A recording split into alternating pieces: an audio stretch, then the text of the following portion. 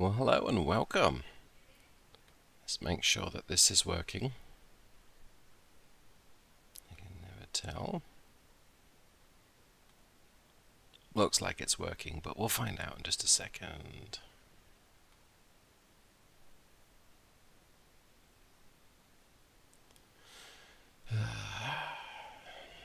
Really? Why is it so difficult?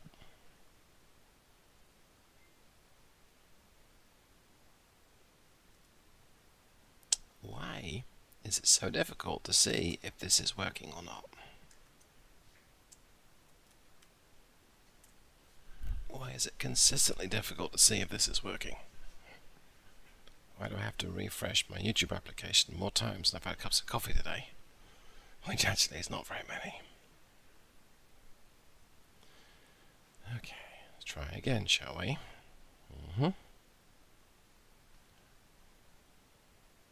Okay, now hopefully that is working. Excuse me.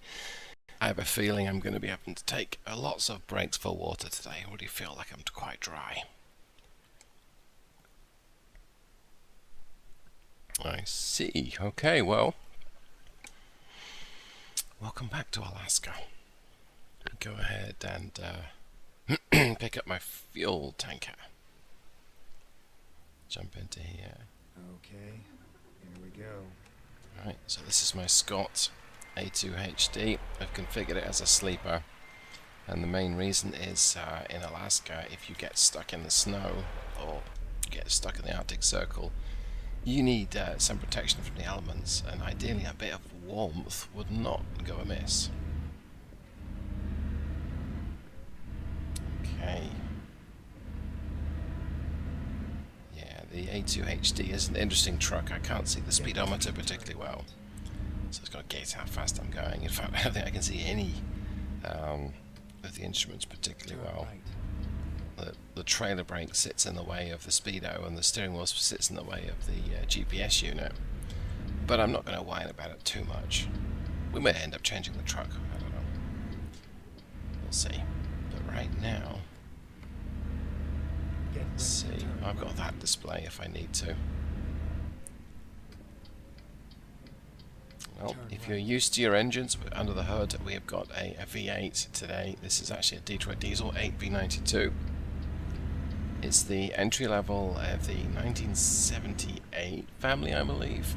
Giving it a bit of a workout right now. You're going too fast. Yep, I know, Doug. Because my fuel tanks are full. I'm going to completely... Oh, well, there we go. The light went to green anyway, but I was going to blow through the light. Okay, I'm doing 50. Well, that's useful to know. Caution. You're exceeding the speed. Probably want to just tweak my interior a little bit, but hey, right now let's bomb along. So we can do 70. That's good to know. Alright, governor's about 70. Okay. Going to hit something. Yeah, I know, Doug. Keep left. Then turn left. Let's see how good our grip is in the wet. That answers that then. That was a pretty big slide. Then exit right. So this little complex up here is where our garage is. I think it's one way. Yes, it is. Okay. So I really want to get round there. There's no one coming. Quick. Oh, I said quick. Wow. Not quick. I think we can sneak in through this entrance here. Let's find out. I guess we can. Okay. Probably wouldn't want to leave that way if I got cargo behind me, but okay. So this complex is where my home garage is. So we've got a shop bay to fix stuff. We've got our garage to manage all the business type stuff, and we've got some fuel around the corner there as well. And we can even pick up cargo here as well. So what could possibly go wrong? And good grief if my throat isn't dry. When possible, make a U-turn. Yeah, I actually want to jump in and switch around this truck. This is not easy to see the instruments from. I'd forgotten about that. Okay. Right. That's got myself connected. Let's travel on over here. Let's get the axles up on the trailer. I don't think I've got long for. I've got to take a break now. 2 hours. Okay. Good grief. Yeah, I'm saying good grief about the state of my throat.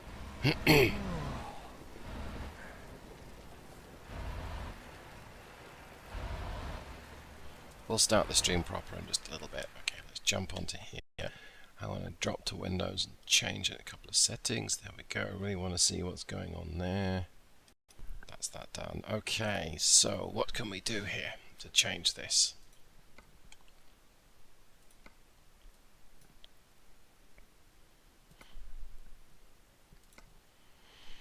A smaller steering wheel doesn't really help, as it just hides more of the speedometer. But do I have a better choice somewhere? Do I have... no. That one maybe. That one possibly. That one definitely not. Oh, the Beast. Oh, the Beast hides bits, I suppose. We still have to deal with this whopping great big engine brake, oh, trailer brake. The Eagle might be a good choice as well. Oh, the retro one's good.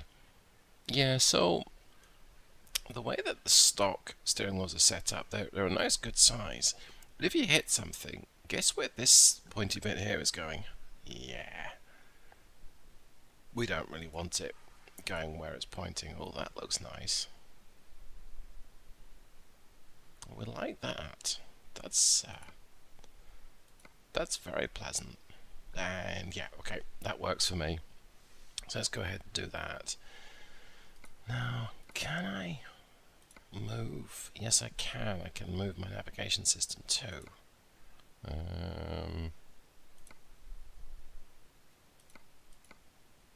think that might be a better choice.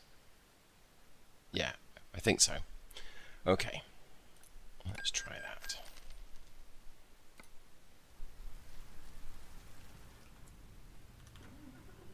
That's better. Well, kind of better. I think I want to just change my steering position just a little bit. So let's move it forward. Can I angle it down? The fuel gauge is down here at the bottom right, and then it's nice to be able to see that. I think that will probably do. I think that's as good as a compromise as it needs to. Can't move the steering wheel. No. Okay. At least I can move the mirrors. That's good.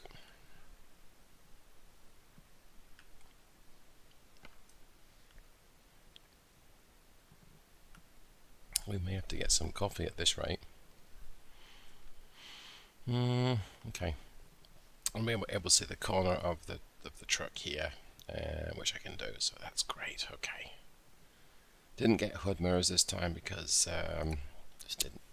just feel like not using them. Okay, I think we're there for now, but I really want to take a break. So I guess it looks like I can rest over here. So let's go ahead and move over there.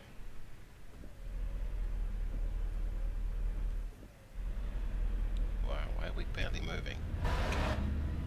Oh, I see why. Well, that helps anyway. So hopefully, I'm using the yet another display mod that should make life a little easier for everyone and doesn't pie the bottom of my dashboard. There we go.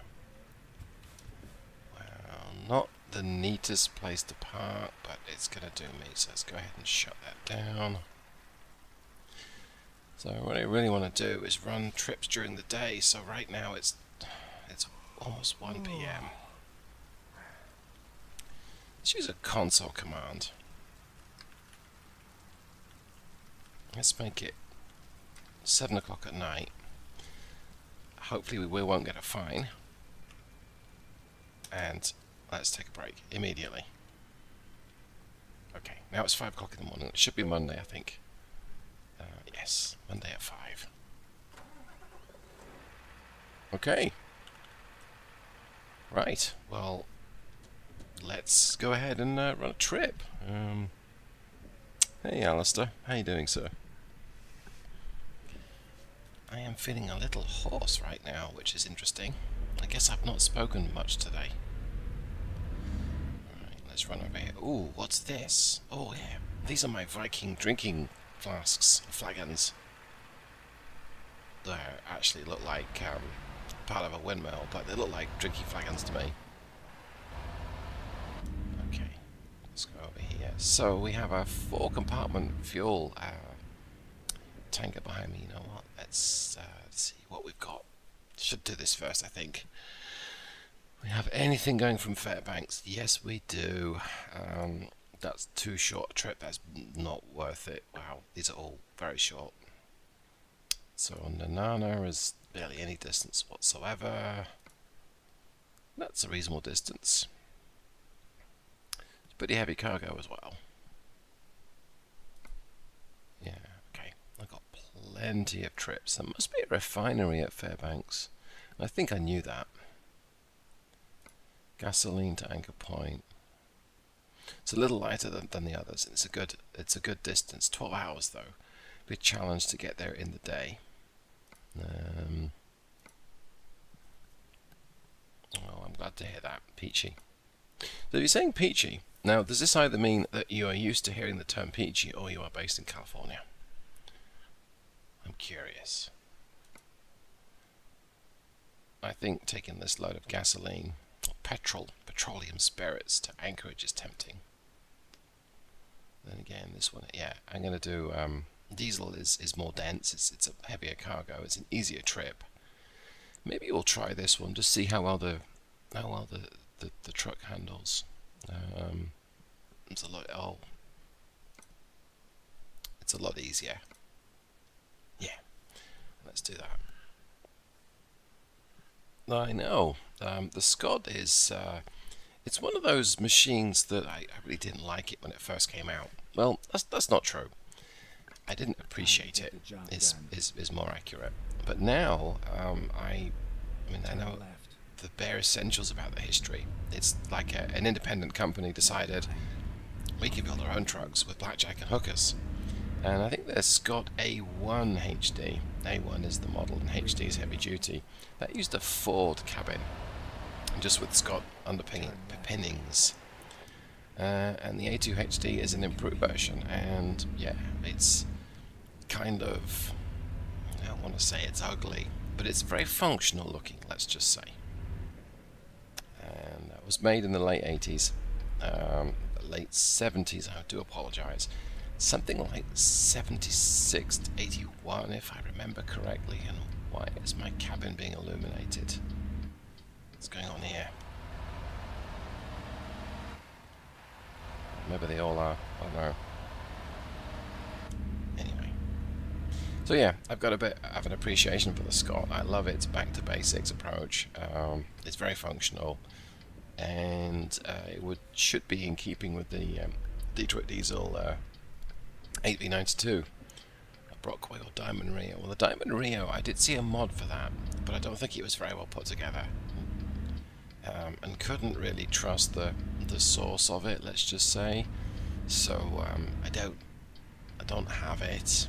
It looks interesting. Oh my word, it's a one-way system. It's taking me all the way around. Well, okay, that's fine. I can deal with that. Not a big deal. Weather forecast for today is rain all day, possible storms, and we've already got storms already. Yes, I know, right? Extremely utilitarian. Yeah, it's amazingly functional. Turn right. But I think it's got everything you would need for Canada and Alaska. We've got a wonderful functional aluminium bits and pieces. We've got a sleeper in case we get stuck in the snow. A little basic. I imagine that somewhere in the back is a little burner and some gas. We're going to have a bunch of diesel. It doesn't burn in quite the same way, but hey. You squeeze it hard enough, it'll burn. That's what she said. Alright, I am not looking forward to where it's going to want me to pick this up, but let's see.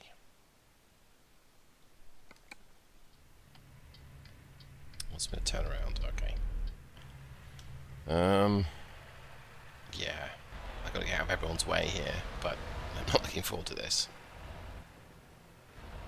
I think I'll just cheat, and by cheat we'll get fairly close to it and just click there. Okay, I'm there. Perform some magic for me.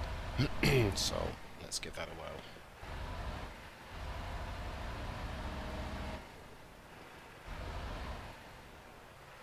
Okay, gonna go ahead and turn off the truck and see if we could do it, and we can't.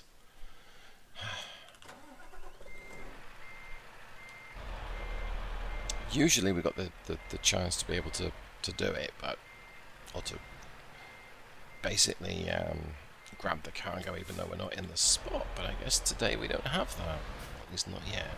Let's try it again.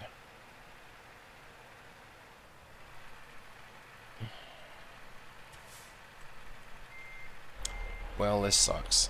Looks like I'm going to have to do this the old-fashioned way. In other words, I have to line everything up correctly. How the heck am I going to do this? I don't see an easy option to be able to do this. How am I going to turn it around when it's about as long as the yard is?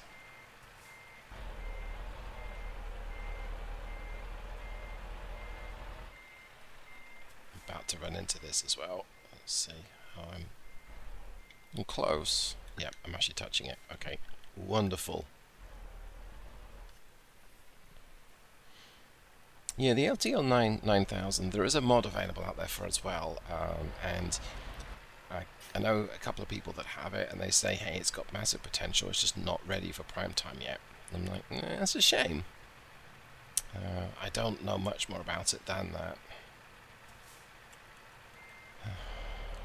Computer does say no.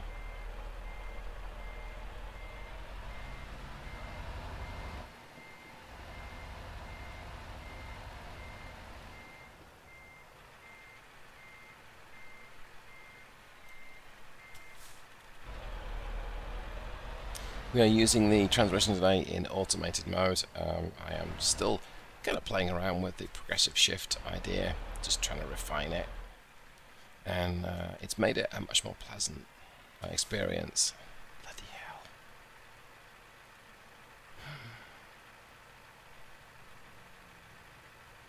Okay, I guess I know what I can try. Going to be very disruptive to all the traffic around me, but I'm going to see if I can use the space on the street to help me get this thing where it needs to be. Oh, wish I got the shorter truck now. Should have gone for the Mac R as a short wheelbase. That would have made life much easier.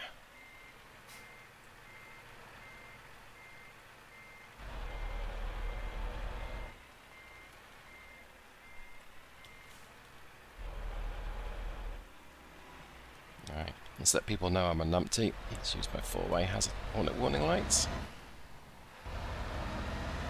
Okay, so give me space here, never mind the curb. So right now I'm getting frustrated with this, because it's like, that was nearly impossible to do. Well, I'm sure it is impossible. Bounce it up here, yep. Okay. Great, make a mess of it here. Wonderful, wonderful, wonderful.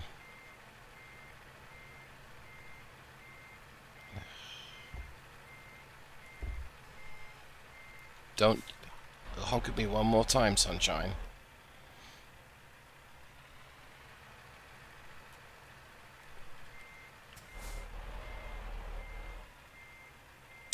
Maybe it was Blade's version, and that was the one that I read was or saw that was a bit crappy. And Zach, it might have been you that told me that. All right, well we're kind of in the yard backwards now. We'll just have another issue to get over, which is to line the dang thing up.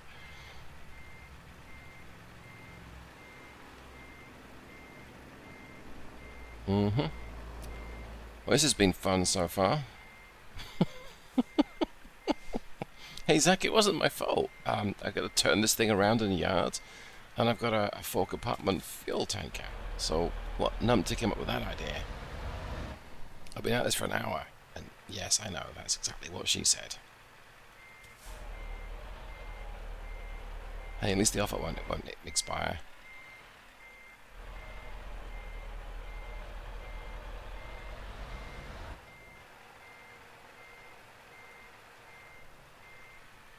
Okay, that's gonna be close enough because I've lost the will. No, wrong way. Bloody hell, I don't know what way I'm supposed to turn the damn thing. I've given out. Give me my diesel.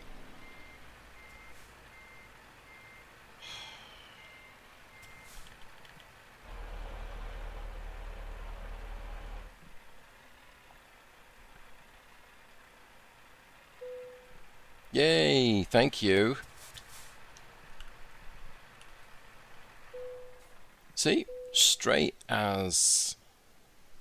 Well, I can't think of anything appropriate to say. That works. Thank you. Goodness me. Great. Let's do this. Yeah, you're right. Okay, so I've got 10 hours to get there in. What does it say? It's going to take me 5.5 hours. Yeah, okay. Good luck with that. I am going to see if anyone's able to put the kettle on.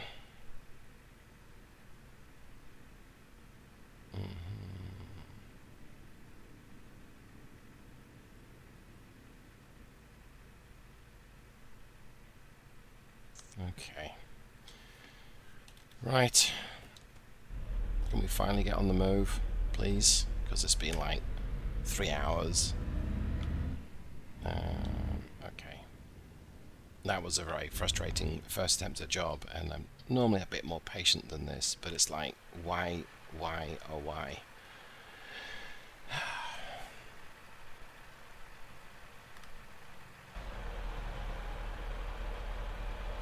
Okay, let's go.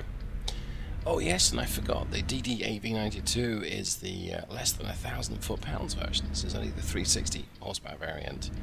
So, what that means is it's not got a lot of go. Oh, we go straight ahead here, okay. And there's no stop sign, so I guess it's not a stop.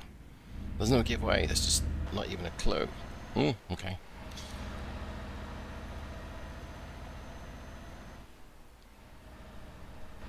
So I went with the little stumpy little roof today because I quite like the look of the sort of 30-degree angle on that panel as opposed to the full 60 degrees. And I figured actually it might be quite cool to have a little bit of a token effort to deflect air, but we'll see. Yeah, I really like the Mack Superliner too, and I'm not familiar with the Dorsey's trailer. But yeah, the Mack Superliner is a fantastic truck, and you can get it for nothing if you don't want to pay, or you can give Daing Wu, I think is how it's pronounced, but you can give them lots of beer tokens or tea tokens. Other alcoholic beverages are available. But yeah, that's a fantastic truck, and I've got a whole bunch of favourites. The Mack are very much in there. The Superliner as well. Turn left. In fact, most Mack trucks I've tried, I've really enjoyed. There was one that I did see that, oh wow, these brakes are not great. That I've yet to pull the trigger on. I think it's the Ultraliner. It's the cab over. Okay, are we starting off in? Where's my gear shift? Okay. Real lack of torque getting the thing going. I guess my gearing's too tall. Okay, I'm using a 336 with a direct drive, so you wouldn't think it would be terrible, but I guess it is.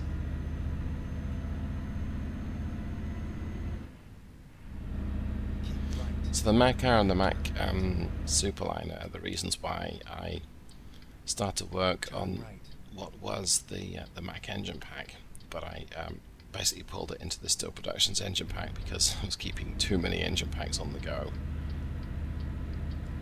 I don't know why I ever thought it would be cool to have separate engine packs. There we go. Ultraline, yeah, I think it is it Kishore Mods who does that. I really like the idea of it, but looking at it, it doesn't look as maybe quite my cup of tea, and yet I really enjoy the K100E and the FLB. I think those are linked in the description below. I'm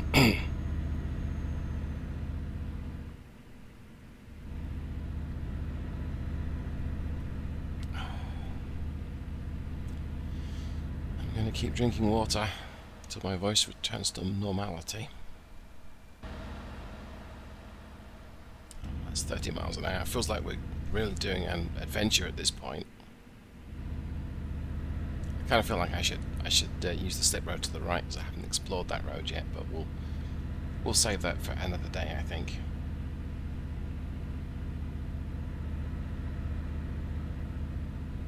Okay, well, this does not feel like we're going very quickly at all, but hey, it's what the speed limit says, so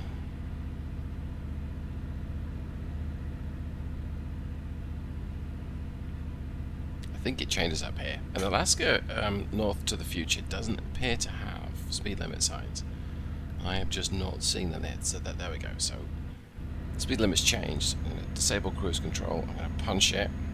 Can you tell?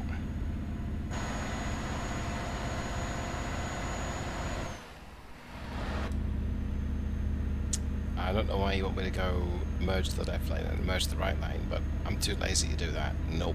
It's a hard no from me. I think we're doing nearly 40 now. Yep, 39. Okay.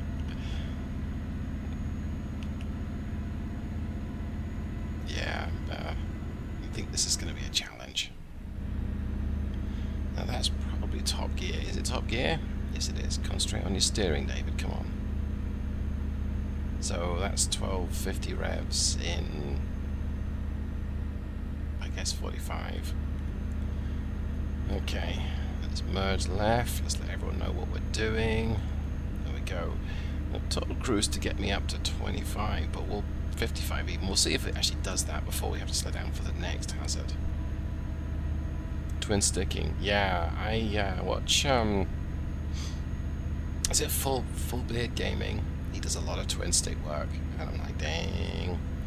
But I don't have the space to have a steering wheel and pedal set up, and plus, I know me, I'm gonna want a direct drive wheel and then a nice quality stand or a frame.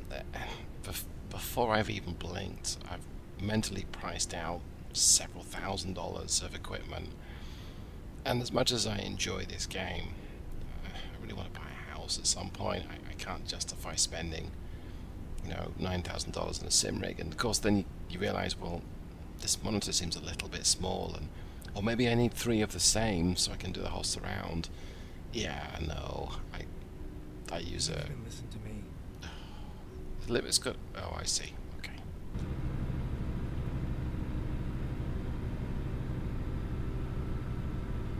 Doug's sarcasm is grating on me today. Come on.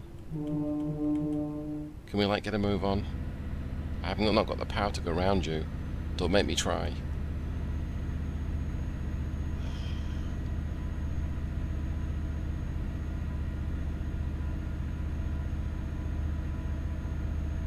Great, now we're slowing down because it's a tiny uphill gradient. I don't feel like I've got the right temperament for this right now. That collection really threw me off my game. That and my voice sounds awful.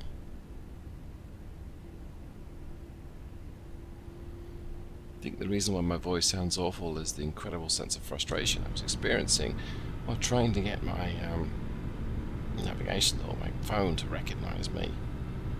It's just like, I have an accent. I do not, everyone else does. I told you I'm British and it doesn't get me.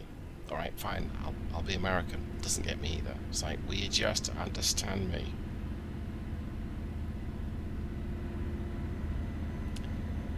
Okay, come on. Why are we doing 55, guys? Seriously?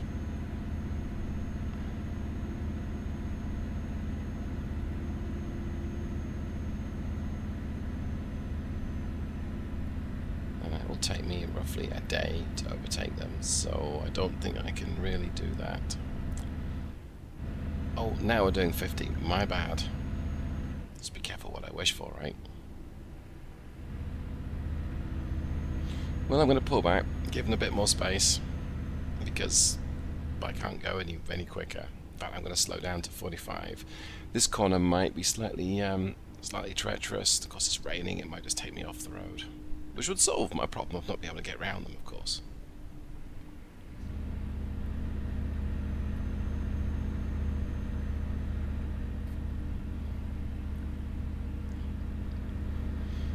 Okay, give myself a bit more space between me and them. That's good. There's a little quirk with the Alaskan map, and the traffic or AI traffic will pull out in front of you and will accelerate to maybe 35 and not accelerate much beyond that. So of course you're barreling down, having managed to fight up to 55. Some chuff in an SUV pulls out in front of you, and you got to slow down. And as soon as you slow down, so you don't run into him, picks up speed, and you then have to get out your calendar to see when you'll next reach 55. Yeah, I'm a little grumpy. Something else as well with the rain, the physics. Yes, all right. Slow down. I've got private or a custom friction mod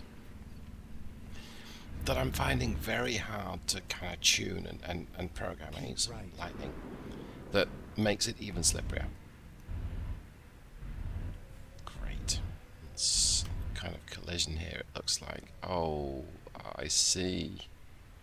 So, wait. I've got a... is this a diversion? Right. Let's hop out the cabin and let's pretend that we're going to walk down and have a look. That hissing was because I used the same shortcut to change my ride height as I do to move around. Let's see. Let's jog a little bit. What have we got here?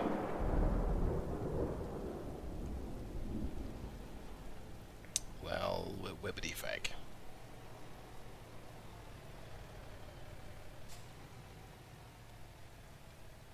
Alright, Gov.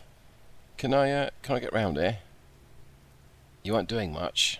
I mean, what are you waiting for, a bus? I'm not going to fit, and I can't turn right up here, so well, thanks so much, guys. I appreciate you helping. I actually do appreciate them doing that. Stood out here in the rain. I just wish that these chumps weren't sitting there with the hazard warning lights on waiting for a bus. Did I leave this thing running? Yeah, I guess I did. Well, no one could go anywhere, so... Alright, hop back in the cabin. Let's see.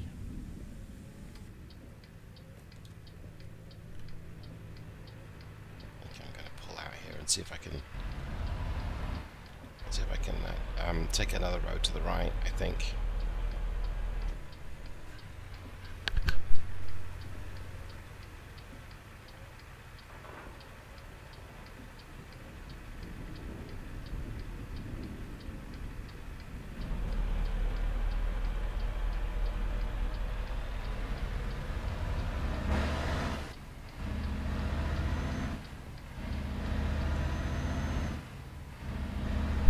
Sorry guys, had to mute myself then for a second.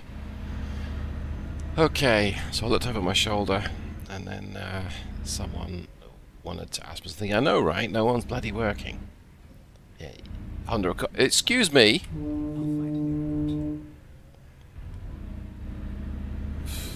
Shakes fist angrily. Right. This thing is sluggish to move off. I know, right? It's well, it's 983 foot-pounds of torque and 61,000 pounds of diesel sat behind me, plus the weight of the cargo. And I've got my packed lunch in there as well. I am not stopping for this line. You can bite me. Yeah, a bit of understeer there as well. See how easy was that? Okay, and a very pretty, beautiful short girl has just bought me some some water. Thank you, sweetheart. Turn left. That was very sweet of her. I don't think she's listening to the live stream because it's boring. But the fact that I was struggling with my voice is great. Okay, come on, let's go. Let's move. Let's move.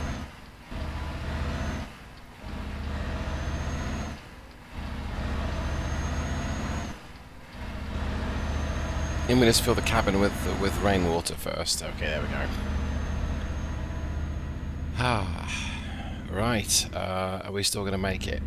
So it reckons we are 3 hours 20 minutes away, and got 6.5 hours. So yeah, it's completely fine. Loads of time. Nothing's gonna take me off course now, right? We'll see. Yes, the Alaska mod does have the snow area. In fact, let me just drop to the map here. And so I'm currently heading south. But from Fairbanks, you head north up towards Coldfoot. Now, from Coldfoot onwards, you've got well, this is basically a snowy mountain pass. This thing here, and this area, one of them has a sign that says something along the way of change to winter tires, or might be attached snow chains. And clearly, I don't do that because I don't have them. But if I did, I probably would. But yeah, that's an interesting road, and I think this part here, maybe it's this bit further north, is treacherous. And as you get closer to Prudhoe, I think, yeah, this area here is heavy snow.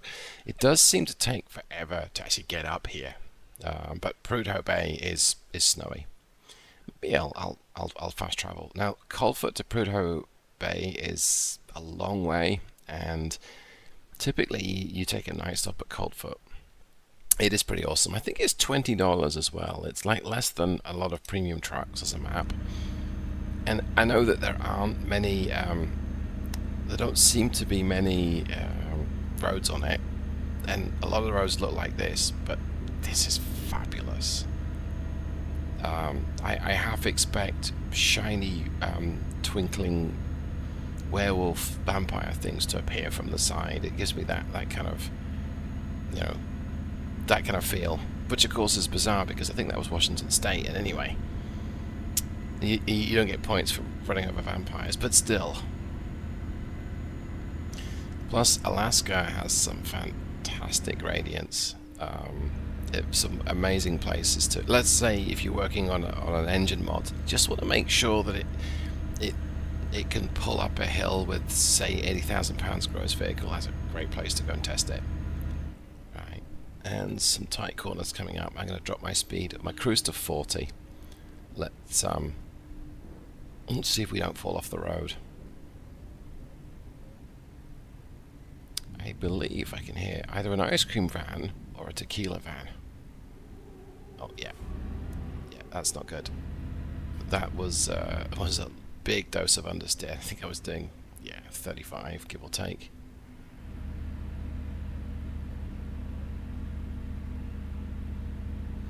So the driveline movement, I set my suspension to be pretty soft. It discourages me from hooning around corners like a lunatic. Well, okay, it doesn't, as Zach will say, but it gives me consequences when I do. That's probably a bit more accurate. And a side effect, it does give you a lot of movement from the truck when you move off, especially with a pretty heavy cargo. And another side effect, you can turn up the twist effect if you so feel the need, which I think mine's about 3/4. It's fairly high up. And of course, this is a pretty low-powered engine. You put this with, let's say, a big cam or a KT. Well, no, the most torque you get from one of those is 1650. Let's say you put it behind a modern engine. You can almost twist the wheel off. In fact, you probably can twist the wheel off the ground. Right, I'm going to give it some full beans. So I've got a hill coming up. So I turned off cruise control right now. I really wanted to benefit from the adaptive shift pattern that keeps the revs a little bit more. Let's see if we can go up this hill without changing down. Alright, I'll put cruise on. And let's see. Okay, well, I mean we're still close to 55. Yeah, I think you're right, Alistair. This DLC, well, it's not DLC. This mod, this paid mod, has that feel of, you know, I kind of want to build a sleeper on my truck, because if I go off the road, I may not get rescued for a day. And assuming I don't go off the road and make too big a mess, I've got somewhere to sleep. Or if I run out of diesel, okay, bad choice today, because I loot some of this stuff on the back, right? But yeah, my point is, I want to include the sleeper for survivability. I'm going around these corners way too quick.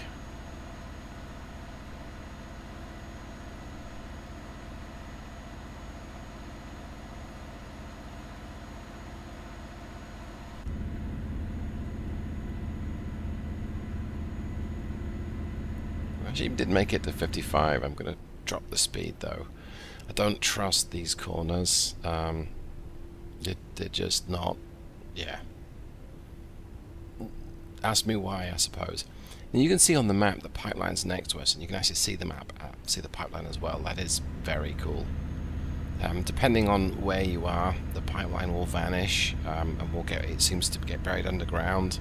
That's another cool feature too. But yeah, I think that is pretty epic. I have not been to Alaska, not yet, but the fact that, well, I imagine that this has to be what it's like in the real place. Look at this riverbed; it's fantastic. Yeah. So that you run parallel to the pipeline. In fact, here is, I think it's an example when it disappears. So maybe it drops under the road or under the ground even. Let's see. I'll be annoying everyone, but I'm annoying them anyway because I'm in the way. So let's see. Do we see what happens here?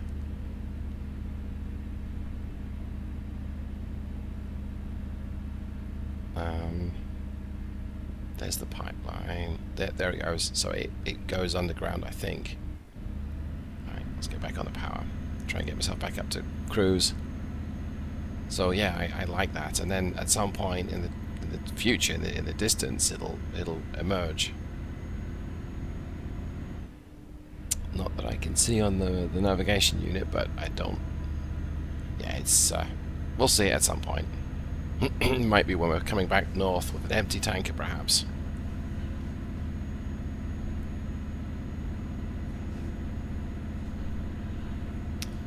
Yeah, the hot rod trucking is interesting. There's a few pickup trucks. I've got John Ruder's Ram, and he's added quite a bit to that over the months. There was also a Ford E350 that was free. I quite enjoyed playing around with that. Was that free? Was it not free? There was a free one, and I think there was one available you can get on Facebook. I forget the guy's name now. The author. It wasn't Blades. Or might have been, I suppose. I just tapped on the engine brake there to try and keep my speed at 55, but then of course I'm about to go up a gradient and I'm going to lose the speed again. Oh, I never spotted that little Scot badge right on the front before. The wee heather badge.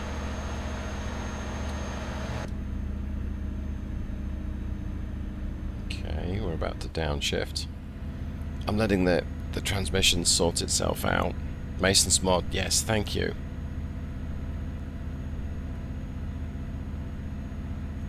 Yeah, with the power stroke. And I especially like the discussions around the big diesel pickups, because you witness such incredible flame wars. Like, you just have to start by saying sister, in a Ford pickup, and everyone takes offense because they think you're going to make a reference to your sister in a Power Stroke. It's just fantastic. And then, I mean, the Cummins 5.9 or 6.7, just, guys, have you seen the name? It's just like, yeah, lots of flame opportunities, and probably a dying breed. Those inline 6 pickups, diesels appear to be disappearing, and it's a shame, in my opinion. I like the sound of them, but there we go. Then again, I think electric engines with their near silence and instantaneous torque from seemingly nowhere and no engine speed, that becomes very addictive.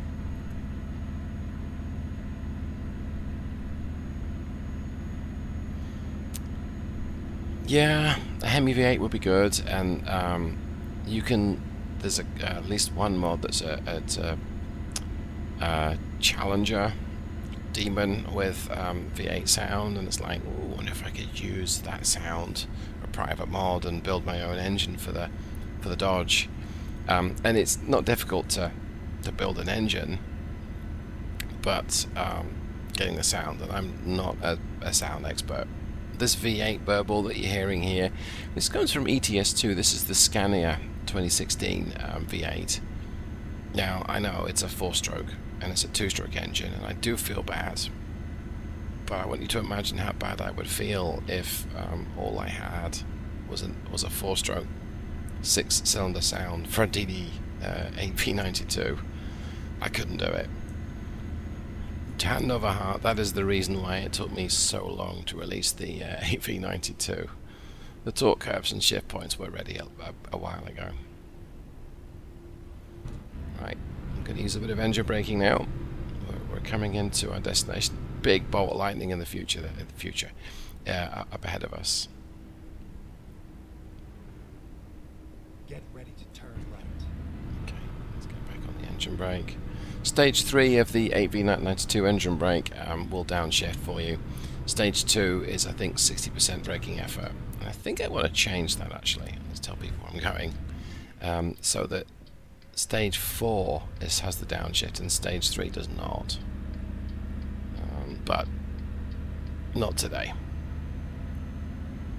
Okay, back on the power. Glen Allen. Sounds Scottish.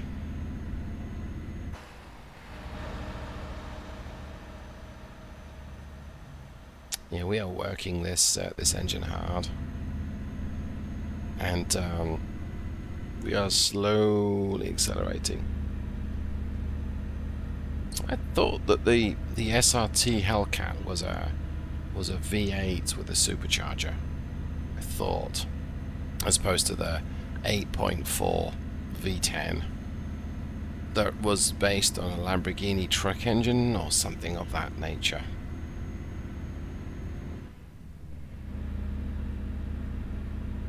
Okay, I've always thought that the Americans were crazy to introduce an 8. I think the original was 8 litre, but an 8 litre rear-wheel drive car with no ABS, no traction control, no nothing. And then we Brits made something that's supposed to be even scarier to drive, and the TVR Cerebera, I cannot pronounce that name, but TVR a bunch of them, and that particular engine was that particular model. The Griffith with its 5.0 was also known to be a bit of a ditch finder. TVR saying, well, they engineered it so it was a lot more progressive than the Griffith, because the Griffith was a very much a lazy engine. Didn't rev high, about 5,000 revs, and produced way too much torque for most drivers at 2,000 RPM.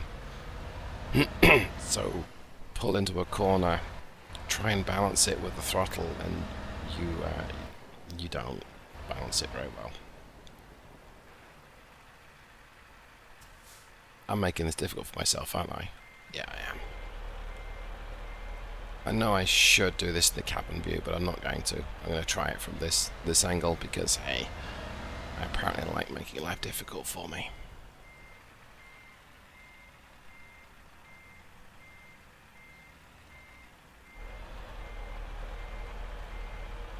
wow, this needs to put a bit of power to get the thing to move backwards.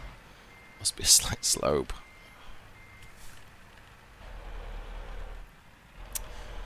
Yeah, you're probably right, except I don't think they were, well, their reputation is they weren't as well built as the Corvette. But they were affordable as long as you could afford the insurance. Okay, come on, move backwards, please. Thank you.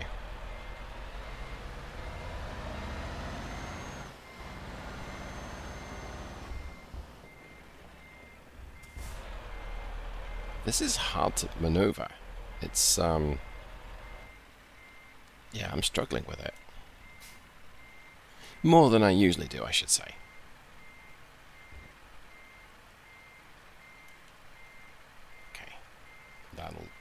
That's about like, it's going to be good enough for government work. No, it's not. It's terrible, David, come on.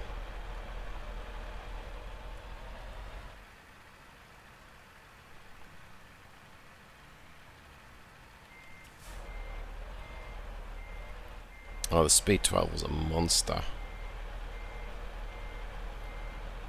Engine sound by truck and dual.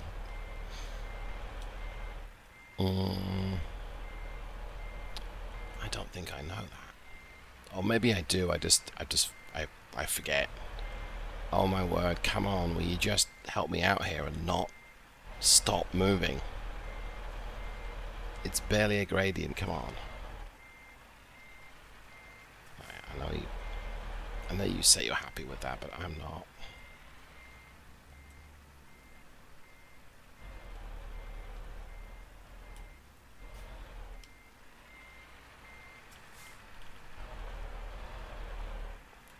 You know what? That's good enough for me. That was a struggle. So, 260 miles, 47 gallons of diesel. That's actually, that's not bad. That's about about 5.5. Okay, well, that's actually not bad, given that we seem to have to work that thing incredibly hard. But wow, yeah, that was a challenge. See if you got something smaller, something lighter. Not really. That's wow. It's going to take me more than a day to get back to Fairbanks, I think. So let's see. Oh, look at here. Half Land Rover, half TVO, right? Yeah. Yeah, it wasn't the Speed 12 was a very limited production run. There's quite a few cars that they seem to that we Brits made that were amazing, and they were released at just the wrong time. Like the XJ220, fabulous car, was originally conceived with, I think, a V12, and in the end they had to compromise with a twin turbo V6, and everyone's like, it's not going to work. But Jaguar made it work, and well, 25 years later, it seems supercars are going the way of the small capacity car engine with at least 2 turbochargers. An electric motor to help. I don't think I want to do any of these trips. That one's tempting, but I'd have to sleep somewhere, and this is such a frustrating experience. Right, I know what I'm going to do. Let me go ahead. I'm going to dismiss my fuel compartment, my fuel tank, and I'm going to fast travel to the Arctic Circle.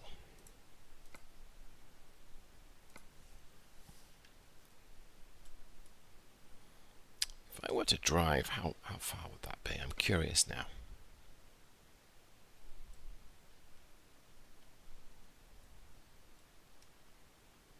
It's only 800 miles, but it's a day and a half. It would be more like 2 days. Okay. Yeah, I'm not going to drive it. I'm going to fast travel or quick travel or teleport, whatever you want to say. Okay, there we go. Lister Storm. Wasn't the Lister Storm a Corvette with some, well, quite a bit of work done to it? There we go. Snowy. The weather's not bad here. It does. I don't think it snows, but the weather is not bad. I have seen it snow, but not here. Marcos LM600. I feel like I should know that, but it escapes me right now. I'm going to change this engine. It's been way too frustrating. I need more oomph. Let's see, what 1980 engines do I have? Okay, that might be interesting. The big cam 4. That comes with the truck. All right, let's be a little snobbish. Let's just go for these. To be fair, actually, the Scot engine definitions are decent. They're good definitions. I like them. That's a solid choice. It's one of my favorite big cams, I think. That would be a much better experience. It's 300 foot. It's 30% more torque. So I really noticed that, but I feel like I'm just V8'd out after that last experience. Another solid choice. Where's the 444 XT? Where's that? Oh, I wonder if it's a 1970. That might be why. It is 78.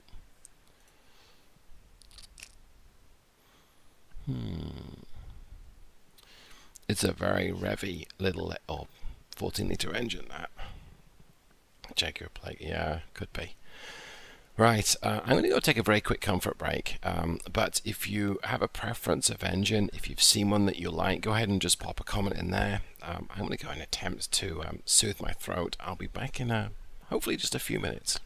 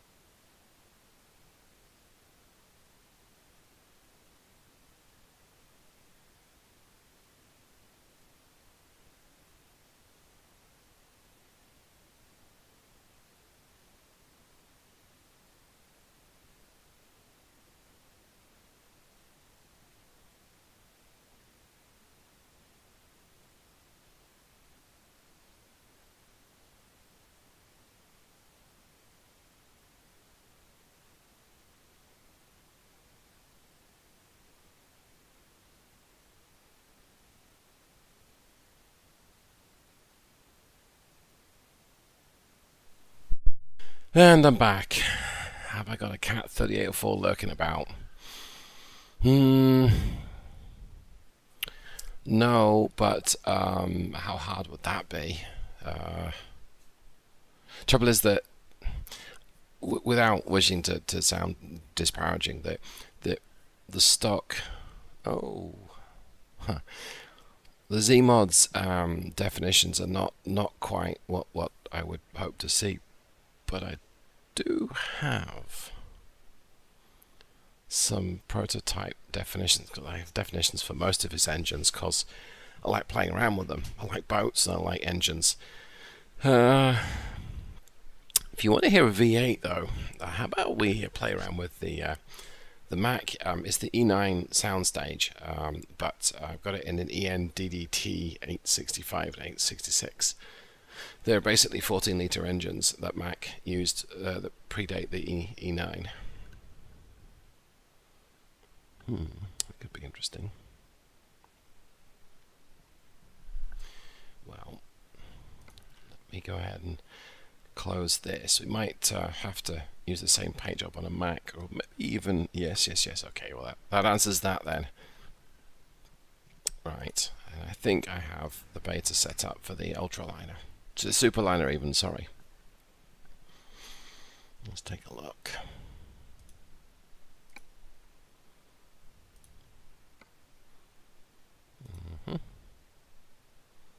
No, okay, well that's alright. We have it for the Mac.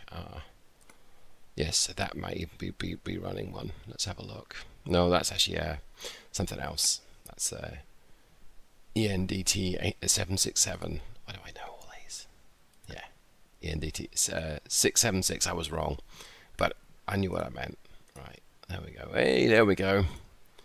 The 285, so lots of noise, not much speed. The 325, so lots of noise, a little quicker. And the 375 that has even more noise and somehow manages to be kind of slow most of the time, but you have to thrash that. So that clearly is the right one for us to choose, I think. And who doesn't want to thrash around a V8 in the Arctic Circle? What could possibly go wrong? Right, let's go ahead. I'd configured this with for some heavy haul. I probably want to tweak that a little bit. Yeah, okay, so I'm thinking sleeper with single. That's that fine, that one there.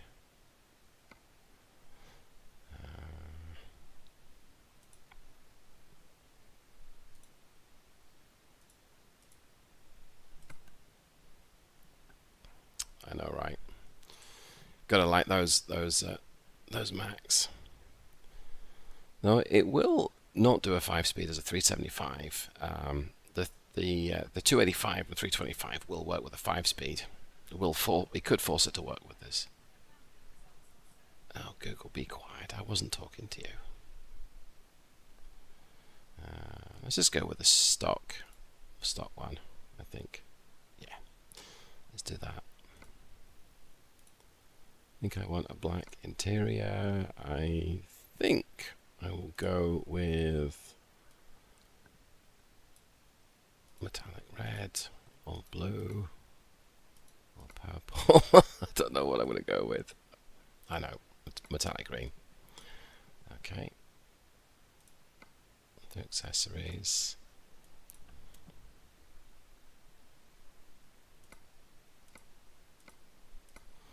Don't want me any of those. It's genuine Mac, so we'll go with that. I think we probably do want 2 exhausts. I think we'll go with that. I'll go the back.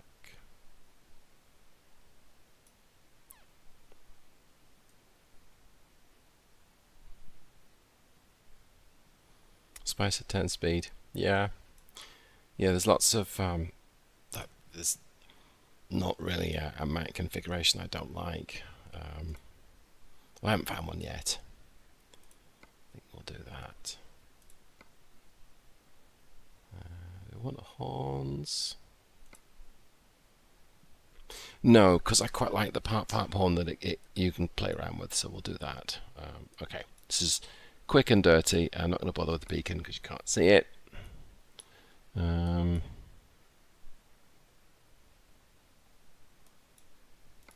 we want some steps. Fill in the blanks.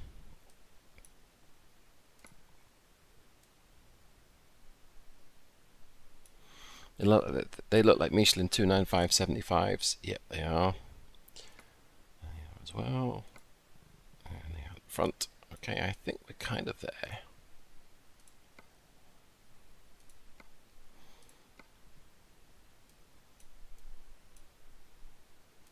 Oh, and I'm going to change the steering wheel. I removed the trip computer because I didn't think I needed it. So let's go ahead with this.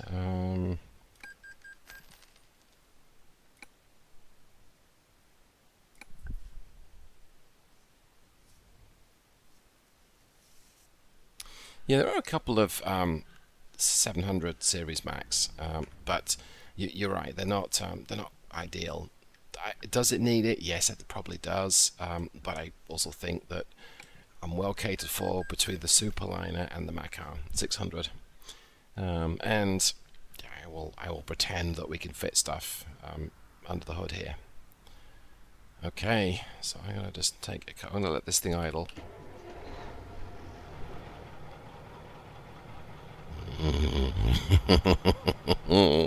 Sorry, excuse me. We went with the 375, didn't we? And the 1060, I think. Went with the Mac. Went with the overdrive Mac transmission, I think. I should have taken a note at the time, but okay.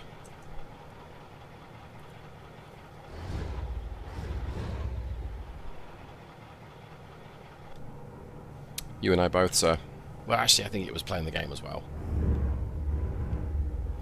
Right. Quick check on the specification, because 375, 1060, yeah, so plenty of power, 80 foot-pounds more than that Detroit diesel. Bigger capacity, and I went with the 10 speed. Okay, my bad.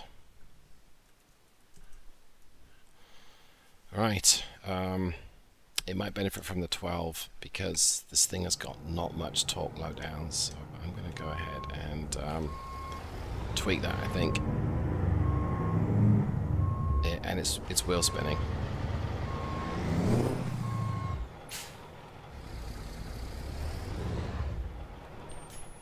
That was me being a little rough with it. Yeah, it's going to be wheel spinning because these are summer tires. That's what I want. So you probably have a better understanding about this than I do, but the 12 speed is basically a 10 speed with a couple of extra crawler gears. And it looks like sometimes those crawler gears, you access them with a button on the dashboard. And I agree. This is one of my favorite trucks. Well, as I said, I have a few of them, right? So I think, do we have it on here as well? No, it's the Superliner's got the button for the crawler gears, I think, in this part of the dashboard. This one doesn't have it. We do have the mirror heater though. So if you need to check your makeup and they're frozen, that's useful. Right, I am going to see if I can find a job to take. So I want something that's reasonable to haul with. Actually, no. I can probably grab one from up here, just right around the corner. Okay, let's go find out. Oh, I did think of one reason why I wanted the trip computer, and that's because it shows the outside temperature. So let me go back here and tweak that. Okay. Right. We will install the computer after all.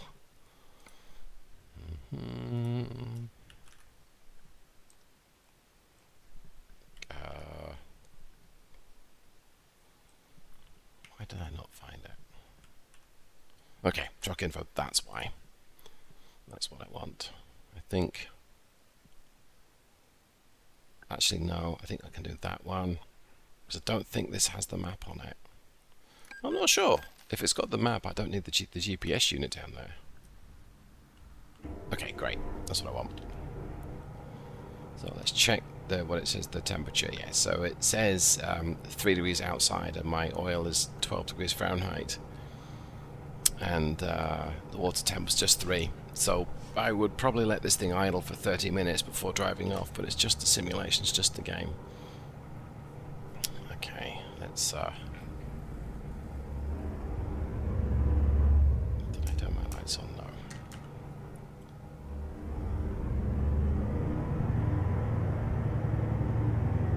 Try and take it steady so I don't wheel spin it too much.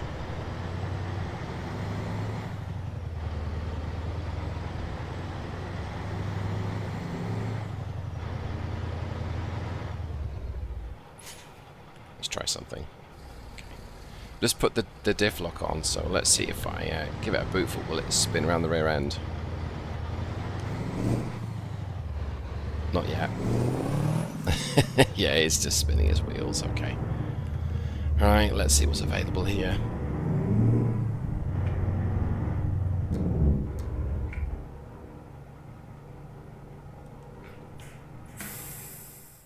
What have we got? 600 miles frac tank to Fairbanks. That's a really light cargo. That is going to be an interesting trip. That's quite a long cargo. Or this one's even longer, 1,000 miles.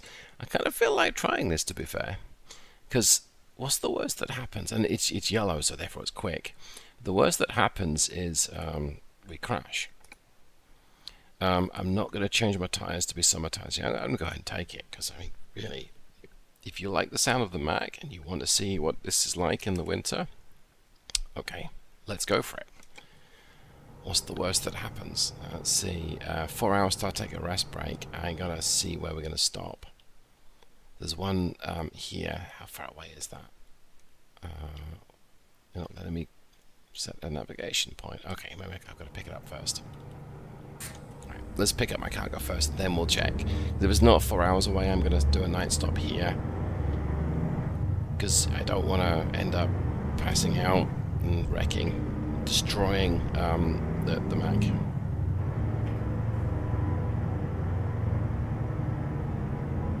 Okay, gotta pull through here.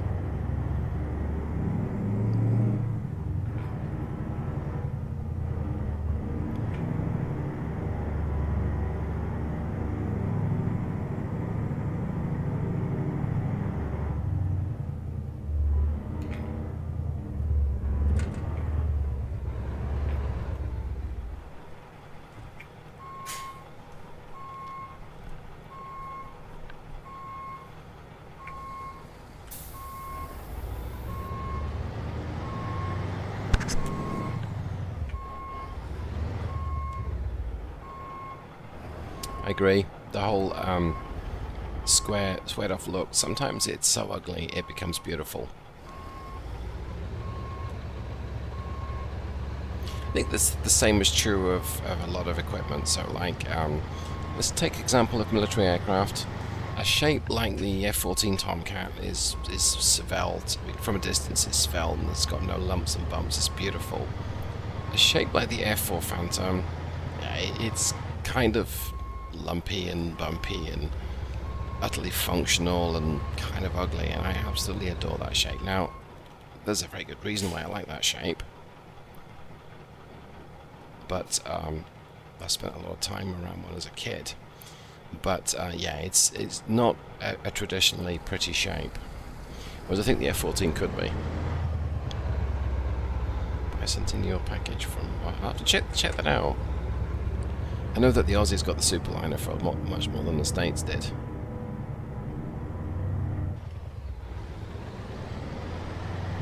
I haven't really played around with the short shifting, the progressive shift style on this engine, but it seems to be doing okay so far. Oh no, it's about to go over. There's something there. That little wooden block.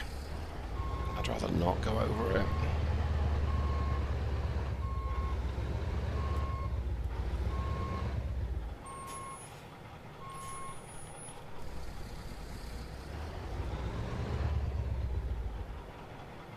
I'm sure it would be fine, but I don't want to chance it.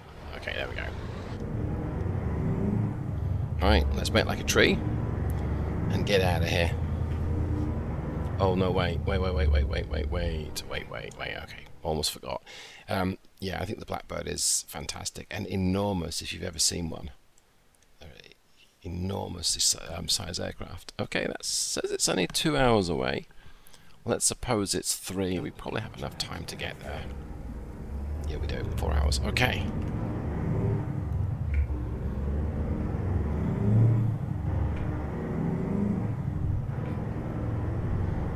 Right. We may have to drive a little bit like we maybe stole it.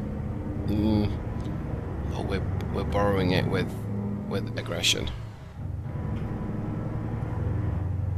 Actually, I don't think we will. Traffic's pretty light up this part of the world.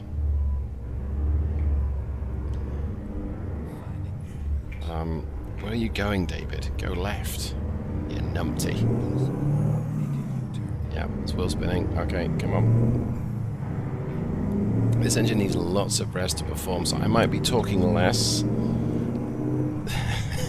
Yeah, I know, right? And leaf. Okay. Alright. So I may be talking a little less because I'm going to enjoy the sound of this too. It's going to sound like I'm pressing on even though I'm not. So a little bit of snow on the ground from the wind. Oh, thunder. Lightning. Thunder snow. And they've changed the physics as well, so it can be a little slippery.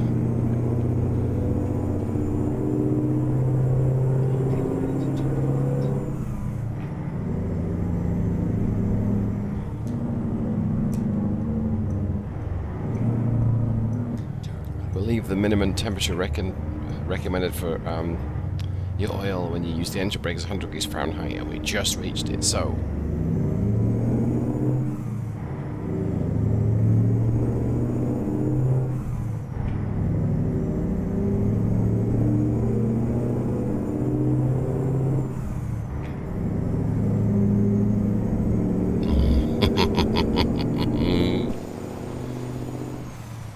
That's pretty dramatic. The whole lightning in the distance thing. That's not dramatic, that understeering into the side. Well, it is dramatic, but not for the right reasons. Oh, yeah. So it might not be obvious, but I have to struggle to control it just a little bit. But I am deliberately provoking it. Yeah, this isn't going to be good, pretty.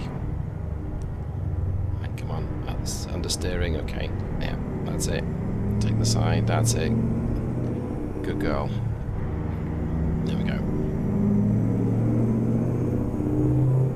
We have to do some ice road trucking in a little bit too. And I think the limit drops to 15. That's kind of, whoa. It's kind of hard to keep to 15. That was me locking up the wheels through braking far too aggressively. I'm heading into the storm. Well, that's beautiful. So it sounds like I'm doing 90 miles an hour, but I'm doing nearly 40.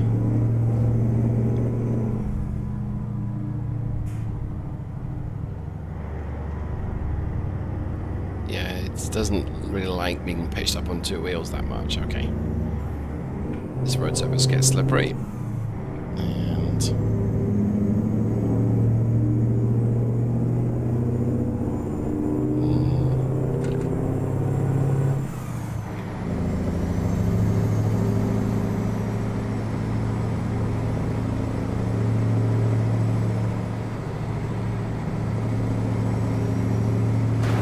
oops. Numpty.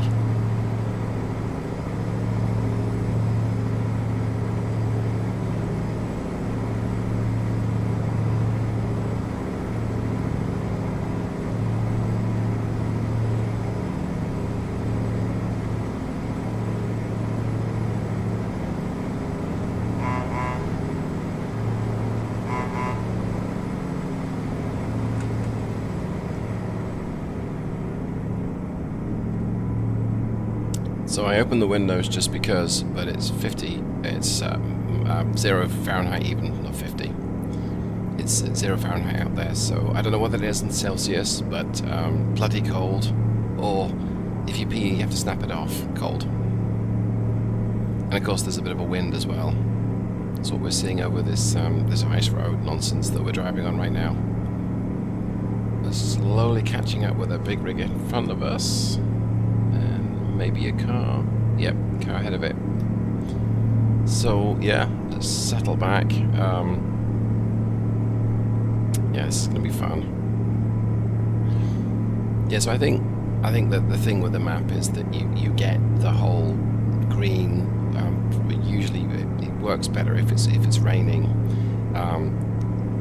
to the south, and you get lots of yeah. How many times do I have to tell you to slow down? Don't want to stuff it into another snow barrier. Yeah, you get the whole greenness and the lushness and the valleys and the gradients and the corners. And then you head north and you've got this for miles. And you have to plan your fuel stops, and you got to plan your rest stops because you got to know where to go.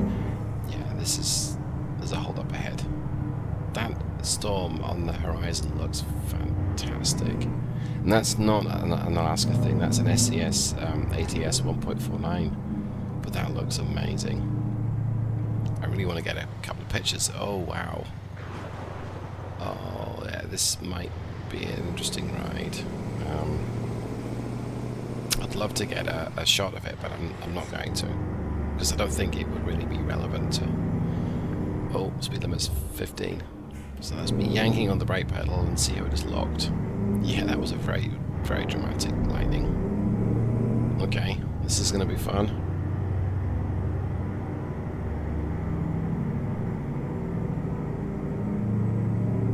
Isn't it just? It's fantastic. I can't believe that this map is $20.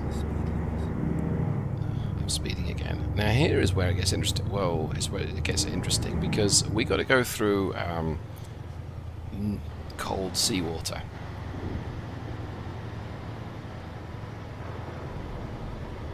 It's actually giving me goosebumps.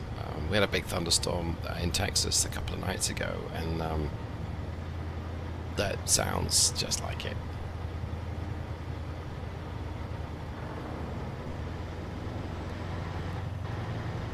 Yeah, so the water's getting deeper.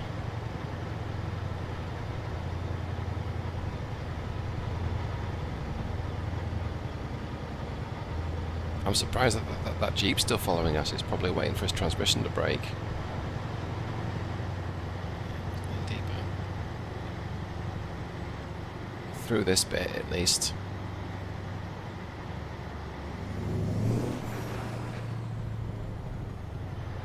And more of the same. Oh, someone went off up here.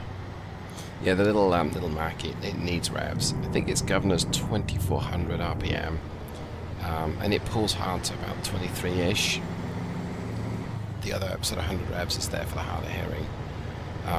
But it's wow. This is deeper than I remember. It's a little worrying. I'm going to give it a boost full of power. Let's try and just clear this water. Okay. Oh, plus it's a flimsy excuse because I love the sound of it when you work it hard. Oh, sorry, SUV. By the way, you can flash your lights. By the way, there's some water down there, mate. Right. Yeah. So that's the ice road bit. 2 hours 44 till we take a break, and it's getting dark. What time of the day is it? It's 5 p.m. Okay. So I gotta keep the hammer down because I really don't want to be sleepy. Alright, well we're coming up to our rest break, so we're doing great. Right, enable my cruise, see if all the upshifts and do it in 11. No. So it wants the 1650 to kind of cruise. Now this one is a standard manual. This isn't the auto. I was tempted to try the automatic for this trip, but went with the stock 12 speed that comes with Harbin's Mac. A 12 12-speed overdrive box, I should say. There's a direct drive version as well.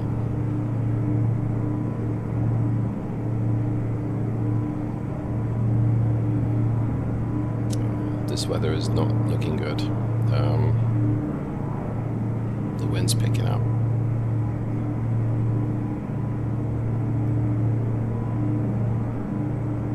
Yeah, there's another sight.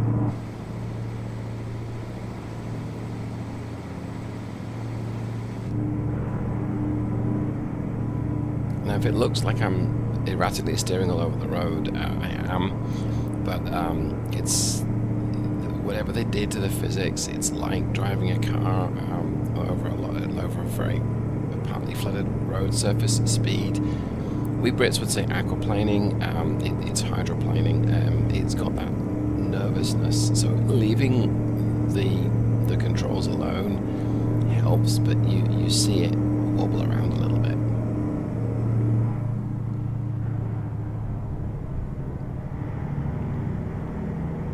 Okay, coming up to our rest stop.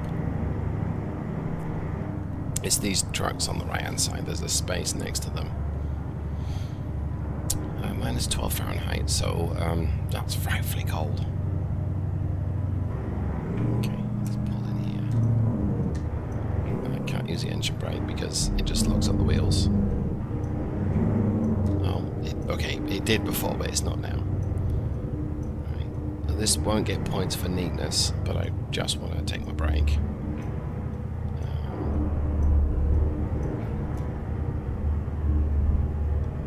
I should have used the diff lock before I pulled off, but okay.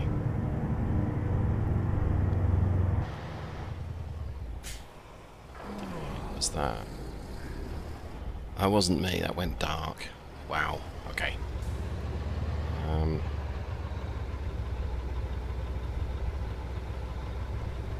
At least I can use this big rig to shelter me a little bit, I think. Except I can't right now, okay. Come on, let me stop. Alright, I guess I'm not quite in the right spot. There we go. Oh, that's a shame.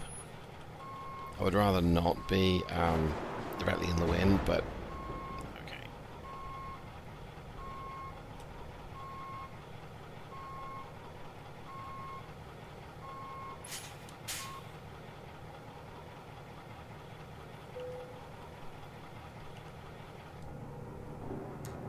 Right, well, I'm going to go ahead and take the night stop in the game, minus 14. I'm going to, I think, switch to an outside view of this, because I think that is fantastic.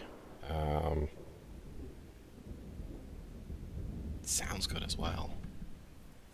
Yeah, that's I've seen this a few times, but not quite like this. Yeah, that is just freaking awesome. Whoops.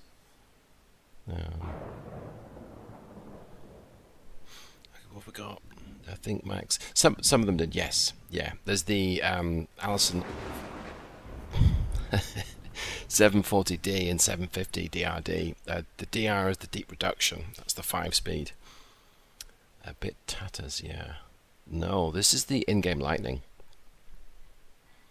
I don't believe it's been modified by the map. I'm gonna go ahead and rest. This is as the game comes. Okay, so 4 AM and it's just as light or just as dark, and it's still storming. I figured as such. Right, let's jump in and take a look. So minus 13, so it's actually slightly warmer than it was last night. And if I'm going to role play this, I would really let the engine warm up for a good probably 20-30 minutes and de-ice the canopy, because of course I'm back here looking out going, nope. It's a hard nope from me. Hoping that these things are properly sealed up. I dare say that these are not the most insulated cabins, although if you were running in NASCAR, I'm sure you would do something about that. You'd have a little heater down there, or you'd just leave the engine running all night. That thunder sounds fantastic on my headphones. Wow. Okay, well, I'm going to go ahead and drive off because I got a bit of time pressure here. And well, do I actually? I might not do. So it reckons 13 hours to get this. I think I can do it in one day, but I might have to stop at Coldfoot if we don't make good progress. Oh, well, how long have I got to get there? Oh, if I'm reading that correctly, I've got to get there today. I think. Well, that's a bit confusing. Remains is 13 hours 38. Oh yeah, okay, I've got to go. Because I have to get there in basically the rest of my shift or I'm going to be late. Alright, so we'll role play that the engines have gotten a bit warmer. Let's make like a tree and leaf, you idiot, as Biff would say. Okay, now this might be a little crashy. Oh, Mike, you do sound good.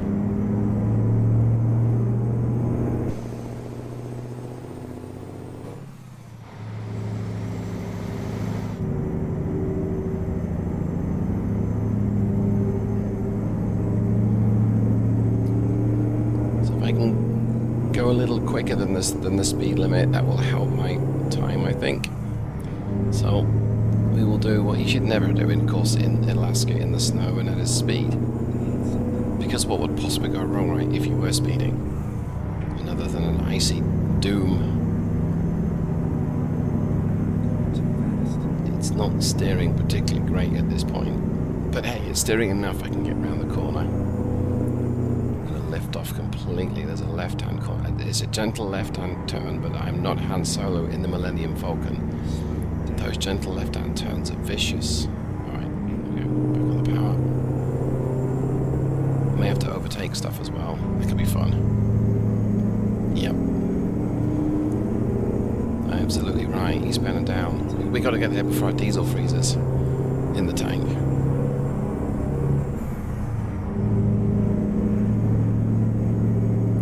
Feeling about this right hand corner. Yeah, I'm just going straight on. Okay, that's better.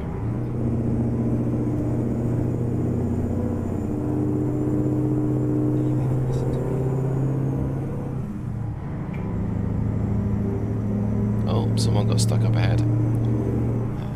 Not a big enough gap to overtake this SUV, sadly. Looks like a Range Rover. Yep, I think it is, but there might be afterwards. Back on the power. And full power. I did not want to swing out. Oof, very close to that barrier there. Yeah, I know, Doug. Doug, you've given me some time pressure. Give me a break.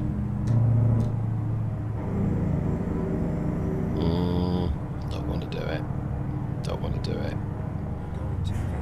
Don't want to wreck. It would set me back like 3 days or something.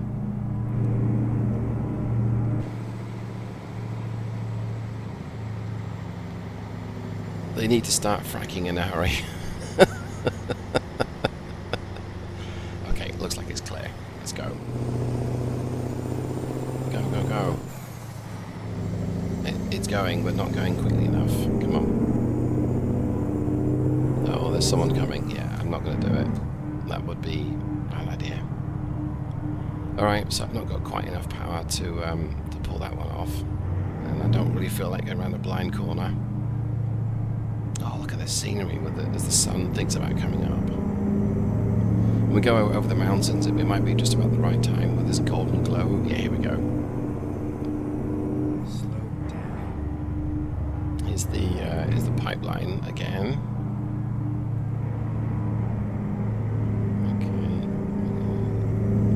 It now and see if we can slingshot past. Shake and Bake, if you're familiar with the legend. It's not a legend, it's a movie, but okay. Don't go off the road, don't go off the road. That's it, that's it, that's it, that's it. Tease it in.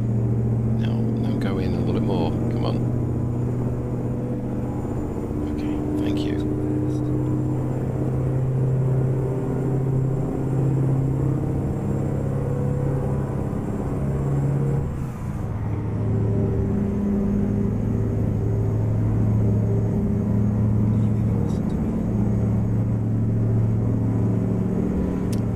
hammer.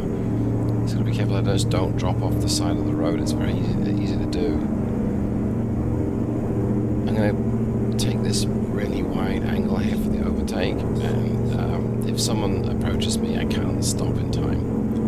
I can go off the road and try and miss one of these barriers. Oh, this was very, very foolish, David. You didn't need to do this. Yeah, that was silly. And now you can get into your lane because that was very foolish.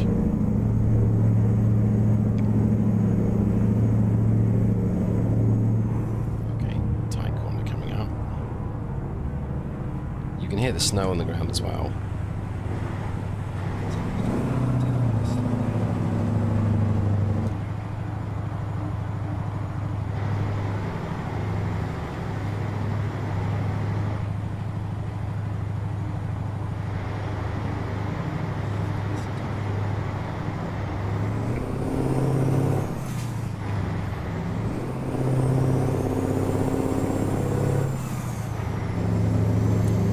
Up to that mountain pass.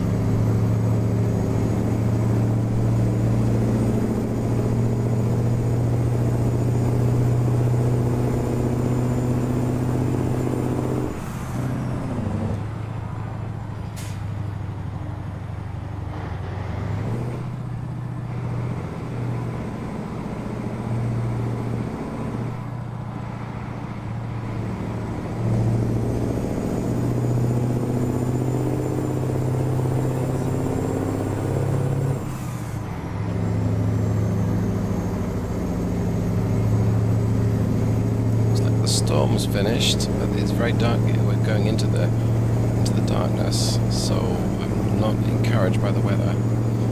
But so far so good. I've kept quiet because I'm concentrating on not falling off the road. I have tried using what look like mud and snow tires, and it's helped a little bit. But if you're driving like a lunatic, it's still going to take you off the road. There's an armful of steering lock here, and it's not doing much. There we go. And if you've got the winter tires, you have to have steels on. You can't use alloys. It doesn't let you. But like I said, they help a little bit. Go ahead and shut the windows, I think. Yeah, it didn't like that. Oddly enough, it doesn't like you when you use an engine brake mid corner. Can't think why. Yeah, you can hear the tires squealing. It doesn't have a snow skid sound. Let's use the trailer brake, lock up the rear. You can get yourself in some pretty dicey situations using that trailer brake, but I don't really want to demonstrate. Nor do I wish to explain how I discovered it. Blame my cat. Oh no. Oh no.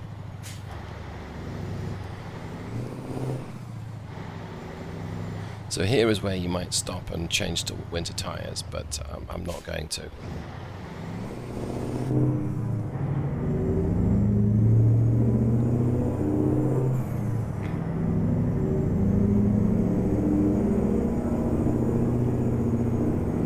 Spider rims. I've got the Trilex rims. I don't have any on it right now, but the Trilex are very pretty.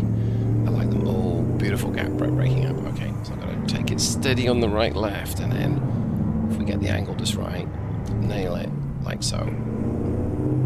And we're still quite far back. I don't think we're going to do it. Yeah, there's someone coming. Okay. Yeah, he can't see him now, but that would be a difficult situation to. He would crest the hill and get a face full of Mac.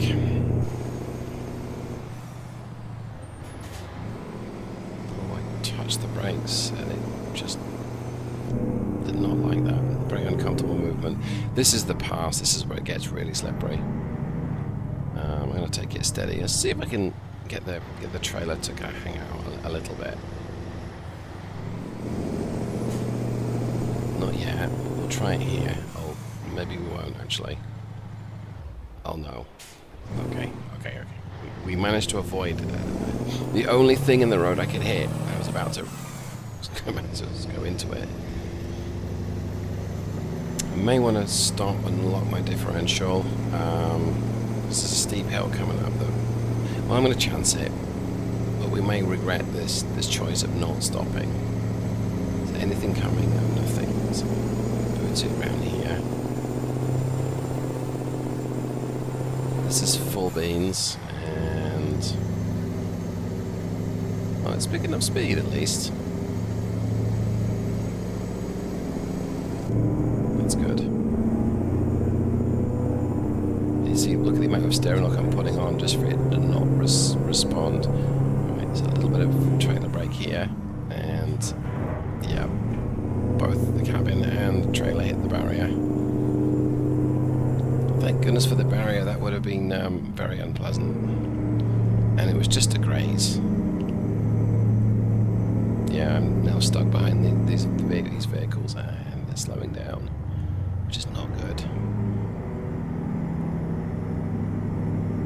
Still, the Mac this engine has one big advantage over something like an MX-11 or MX-13, as those engines produce peak torque from about, well, from 900 revs.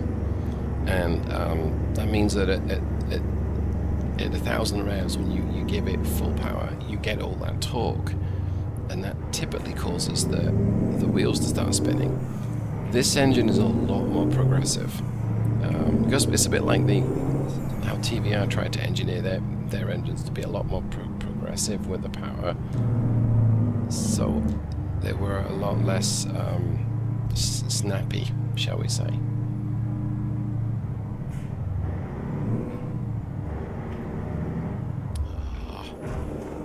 Again, just too fast for the conditions, David. Come on.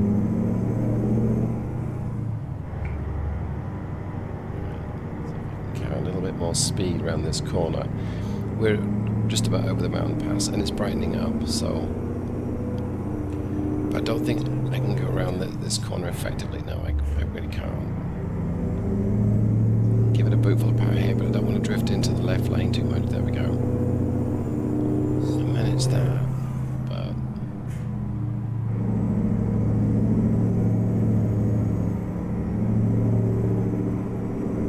all credit to SCS for giving more than a nod towards physics than you might find in the early Gran Turismo games.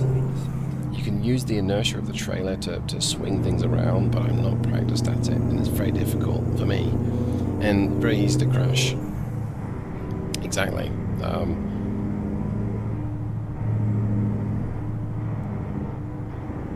Yeah, Daniel, this isn't a Convoy, I'm afraid. There's a bunch of private custom mods on here, so if it were a Convoy, I don't think it'd let you join it. I'm sorry, and I'm sorry that you're not feeling well. Okay, I definitely cut that guy up. I'm sorry because I ruined his. Oh, maybe I didn't. I ruined his trip. Now there is a Merhusive hill coming up where. It doesn't like 65 on an icy road. Isn't that weird? Oh yeah, this is not good. I gotta slow down for this corner.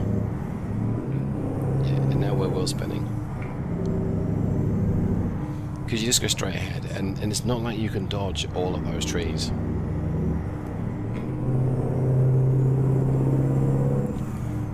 Quick time check. What are we doing?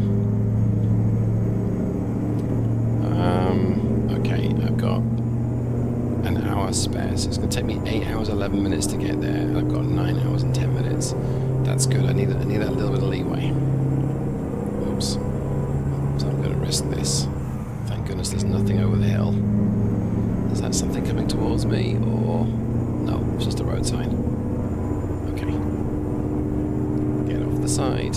Off the power. Off the side.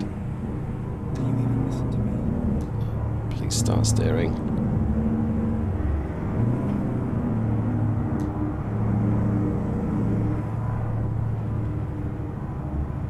Bunch of lock on, and it's just going straight ahead. Going too fast.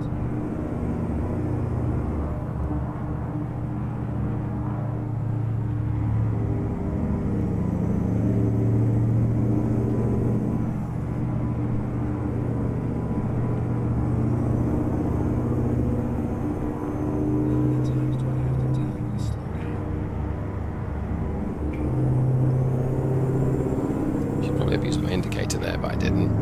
hooligan.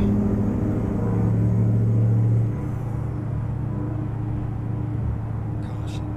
You're exceeding the speed limit. Colford's a nice little spot. The road switches to tarmac for just a little bit, like they treat it. And by treat it, they clearly take it out of the pub, buy a drink or two.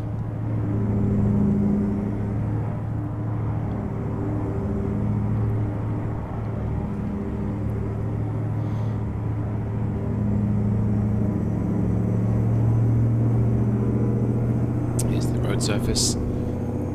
Sometimes you get a big twitch when the road surface changes back the other side, as you'd expect. Yeah, I know. Oh, I should have checked my fuel, but it's fine. I've got more than half a tank. Okay, which means the next bit is the enormous gradient and the very, very slippery road surfaces. So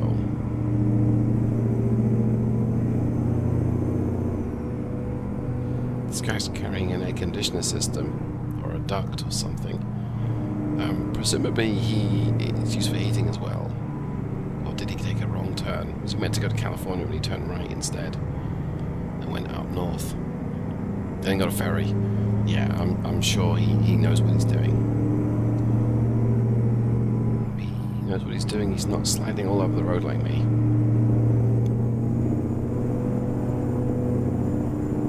Slow down.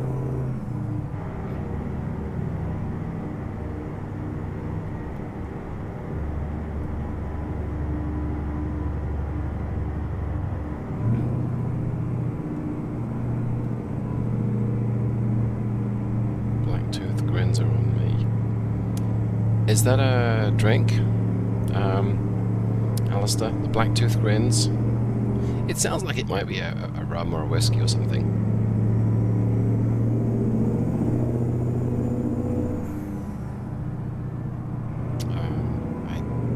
It might even be a beer now that I think about it. It's just, I know this road surface is very slippery. And it seems like I could just whiz by the other lane. I did earlier on, but at this point I don't want to do it. Because if I get stuck, I've got to call recovery, and it's like 9 hours to get recovered. Which you would assume that they don't find you dead and stiff, and I'm veering off the side of the road already. There we go. Kick out the rear end with a little bit of wheel spin seems to help, and then use the trailer brake to swing the thing round like so.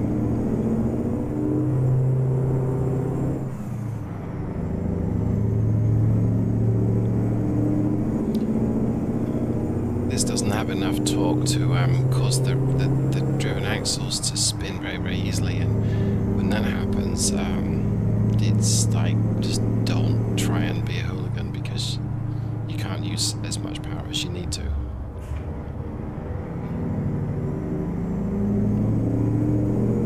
Yes, I can give it full power and it doesn't spin off the road, which is nice.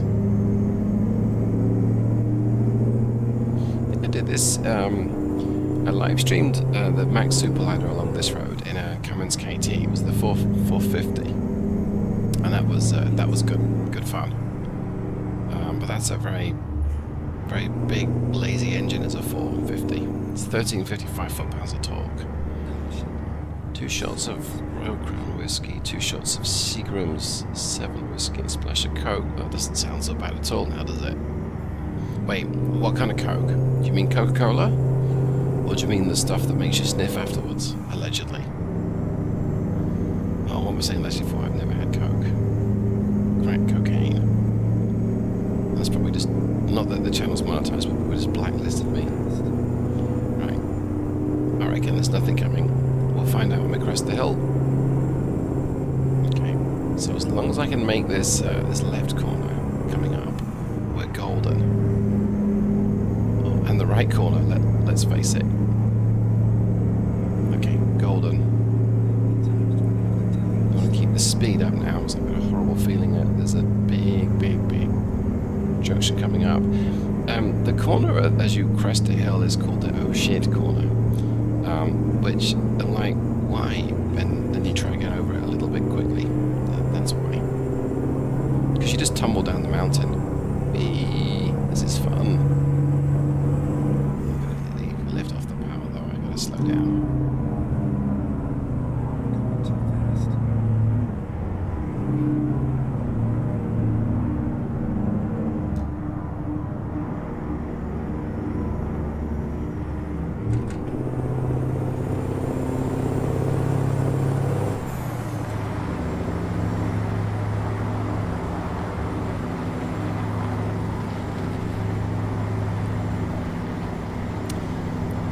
I bet it would be. Yeah, I think in the pickup, and we could try this. We could try this in the Dodge Ram as well, actually, or the RVM, unless you've got the option in the Steam Workshop. That could be a lot of fun. As you say, especially if you get a two-wheel drive version. I don't really feel like chancing that. I love the sound that the road surface makes, though.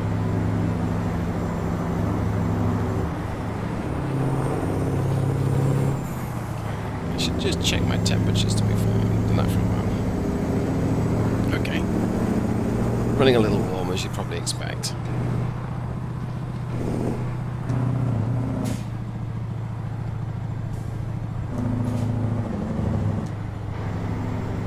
Okay, trying approach.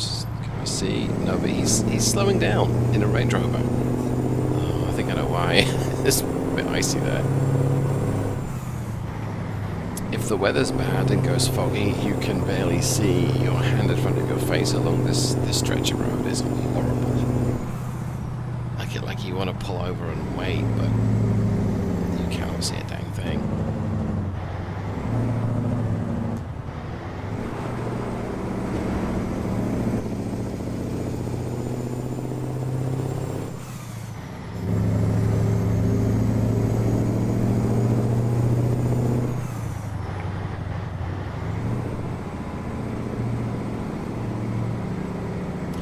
I wonder if I don't think it's accurate in the Masons, because the IDI is naturally aspirated, isn't it, as standard?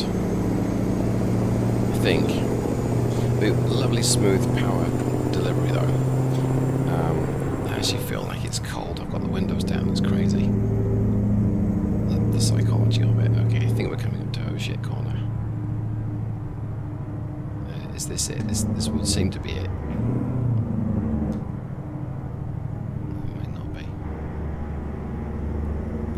We're climbing uphill. We're not quite doing a fart in a bath, but we're going uphill pretty rapidly. And let's see if I can show you how the game makes it look. I can't really see that, so good. Get back on the road, David. I don't really want to switch to a different view and watch me drive away. This is the corner I was talking about. See, look at that.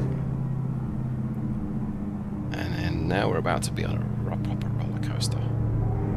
Oh. Yeah, that was okay. And that ahead of us is the road, so let's bury it. Let's get the hammer down. Let's hope that there's nothing coming. Oh, it's all over the place. It's fine. It's completely fine. Nothing to see here. Oh, pull out. 82, 86. Hit 90, 93, 94 at the Governor, 95. Great. I need the speed to climb the hill, honest.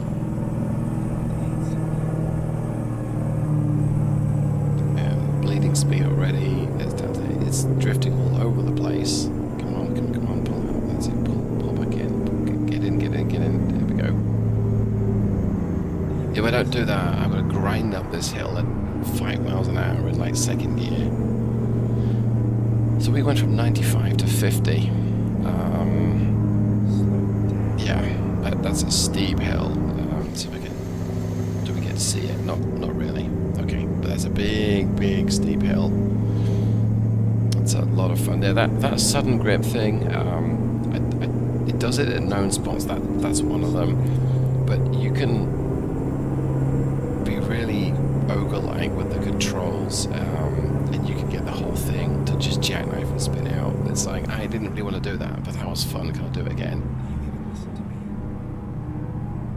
Alright, the This Volvo should be amazing in the snow, so get a move on, Grandpa.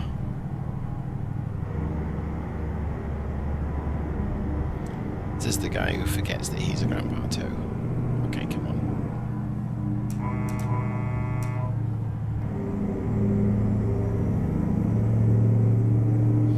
Okay, I know. You're sticking to the speed limit. I'm the one that's being the hooligan.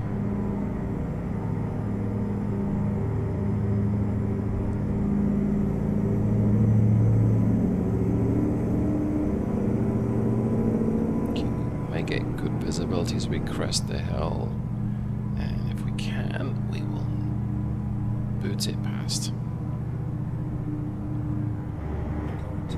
Yep, good enough. Oof. A little bit of a moment as we gave it full power, but there we go. That works for me.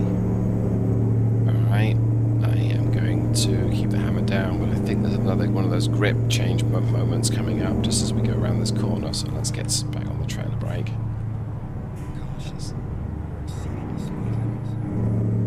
Okay, that's not good. That's not good. That's okay. Alright. We did it.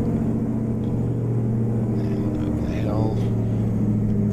There's a rest area behind us, just over there, which I've stopped at many a time, but not today.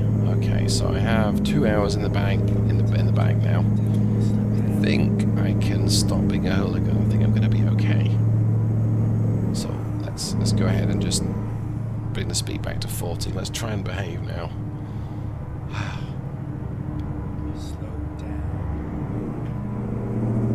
Okay, so we survived that part of the trip, which is good because we're driving like an utter chump.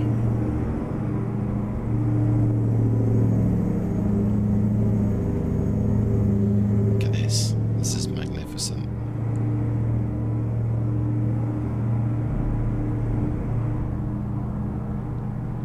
I don't know if that's thunder in Texas I can hear or thunder in Alaska. I really can't tell.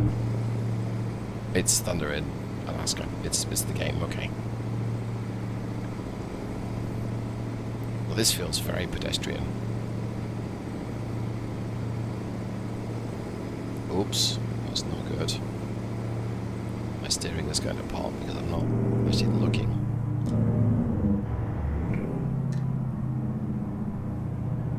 Oh, that's why. So we eventually we switched down to a more normal road surface away from the ice. The transition's not the most abrupt, but it's pretty stark. And then depending on the weather, we can have yeah, I bounced off that. Okay.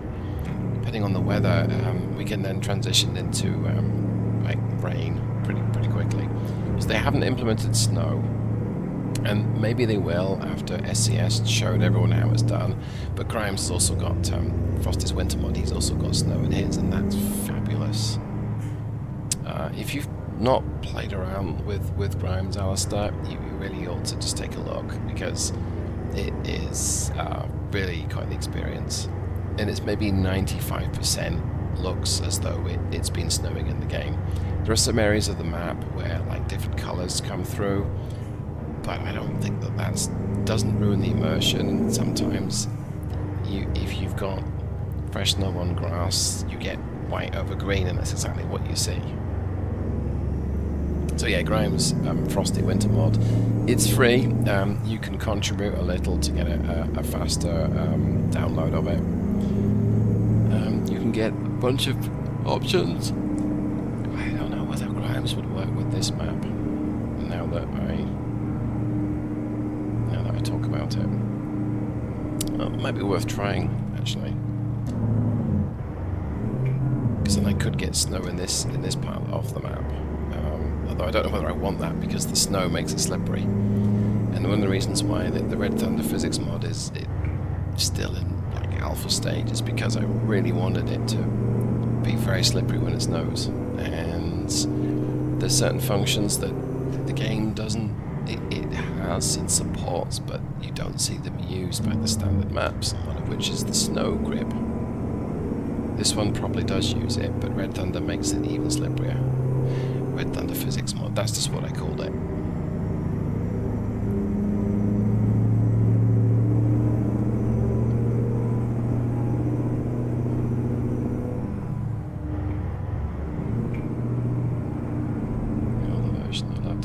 If it snowed, yeah. Yes, you did. And you could always pretend that you're Han Solo flying through hyperspace. It almost did it. Right. No, we're supposed to be sticking to 40 miles an hour, David. You're not in a hurry anymore. Stop pretending you're being a superhero. Get there in one piece. You've 2 hours in the bag. What could possibly go wrong, right?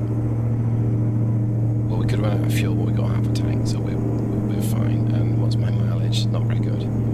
4.5. Yeah, that's about right. The V8's quite a bit more friction than the inline 6. An older engine, it needs lots of revs to perform, so its mileage is not on the same level as even the older E6s. The EM engines, the EM6, EM7, they're designed to be more efficient, but they also rev lower. So you can get some pretty decent economy numbers from the EM6, EM7. And if you so feel inclined, go for an EM6L. That gives you lots of low down torque. Like peak torque is 1020 RPM, and so you can lug that around almost like an MX-11, MX-13. Oh, I think a short pretty girl is taking her meds. Don't forget your meds, sweetie.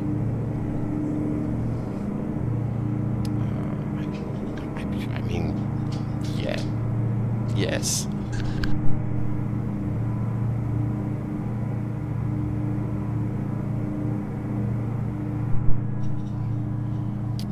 I got someone you can shake.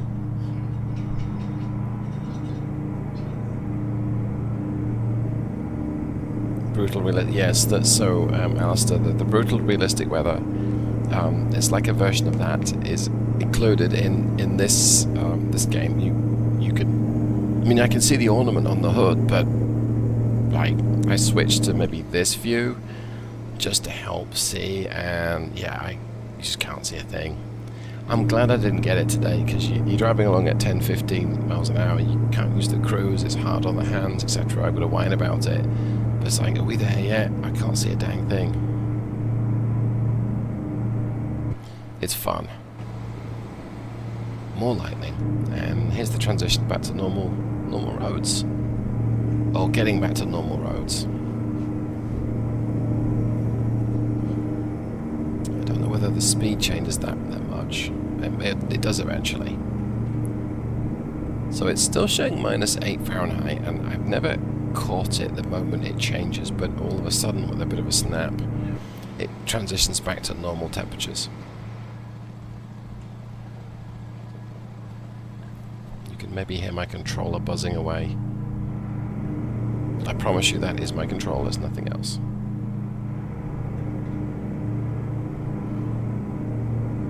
And here comes the rain. Yeah, the Mac engines sound good. Sometimes I prefer the sound that Harvan included, and it's weird. Stay where you are, pickup. It's weird. I like both. I've done a few torque curves for Z, and it's incredibly satisfying to have a production engine pack with my torque curves. They're the older style now. They don't have the same progressive shift high-low points that I've been playing around with a lot. But the torque curves are accurate to what they should be. Which, I don't know, one of the things that gets my goat, if I download an engine and sound pack, and the engine claims it's, I don't know, say 400 horsepower, and it's a Caterpillar something, and it's 400 horsepower, and I'm like, this thing feels like it's got way more power. Why is this? And it's not because it's got lots of torque low down. It just feels like it's too powerful. Take a look at the engine definitions, and run them through a spreadsheet or a calculation, yeah, it's really 550 horsepower. Or the internal friction has been massively changed from stock, and it's the reason why it whips around the rev range so quickly is because the engine model has almost no friction in it. So that's what actually ultimately got me to start writing my own engines. I really wanted to find a good Cummins X12, and there were a few, but they felt way more powerful than they should, and they used way less diesel than sources online were telling me. Yeah, you know, you might get 8 to 9 a gallon as opposed to 14 to 15. That didn't seem right. So I learned how to produce engines, and that was maybe 2 or 3 years ago. Yeah, I've got a couple of Z mods, sound mods included. We've got the Mac sound pack, so we're not using the Mac engine sound, but we are. I think this is it a Fury or Krieshbar? But we've got the Mac internal sound mods. We've got Z mobs reverb. We've got his weather sound in here as well. Just the sound. Oh, hang on, do we have the sound? Maybe the sound of the lightning is a third-party mod then, because I didn't think it was earlier on, but it might be. I may have been wrong. I'm sorry about that. I'm speeding. Yeah, we almost made it to our destination. That's a result. I'm happy with that. A bit livelier. Some of them were, yeah. Yeah. So, but the 8V92, I spent a long time working on those torque curves. And I know that Z has an 8V92 as well. Whoa! I spent a long time trying to tune that torque curve to get it just how I wanted it, because it's a tough engine to set up. Thank you, sweetheart. Hey, this has put me almost right back to my home garage. Well, that's cool. Like, literally round the corner. Huh. Well, that's good. I mean, yeah, that works for me.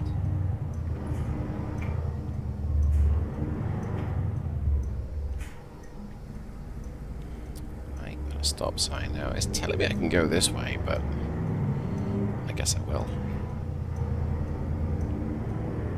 I thought that this was a one-way system, and I was wrong. Not the first time I've been wrong. Let's face it. So where are we going to? Alaska West Express. Turn left. So is that Northwestern Transport?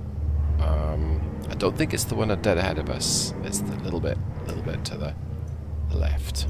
Oh my goodness me! Is this where I picked up the diesel before the first load? It is.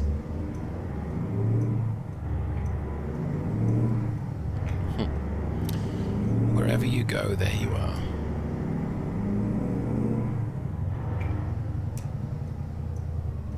Right, well, I've successfully delivered a second cargo here. My voice is not that much better. So I'm going to go ahead and attempt to, attempt to deliver this. I'm going to try the difficult parking. I might regret this, but I'm going to try it.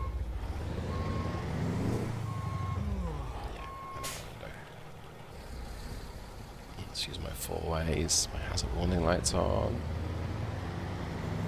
Yeah, I'm not even going to waste time heading in. I'm just going to use the street and the curb. That's really harsh on the tires. Sorry, Mac. Just know I wouldn't do this in real life. It's whipsawing a little bit. It doesn't know what gear to use, so...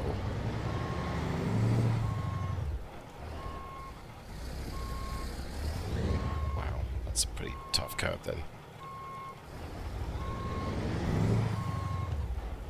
It's not so much this tough curve, it's also an engine that doesn't have that much low down torque. This is hard to see what the heck I'm doing as well. Stupid tree in the way. Shakes fist angrily like old person. Okay, and thanks for putting that bulldozer right next to it. Appreciate that, guys. Actually, it's not even right next to it, it's on it. Will you just keep in damn gear? Well, I sound grumpy. There we go.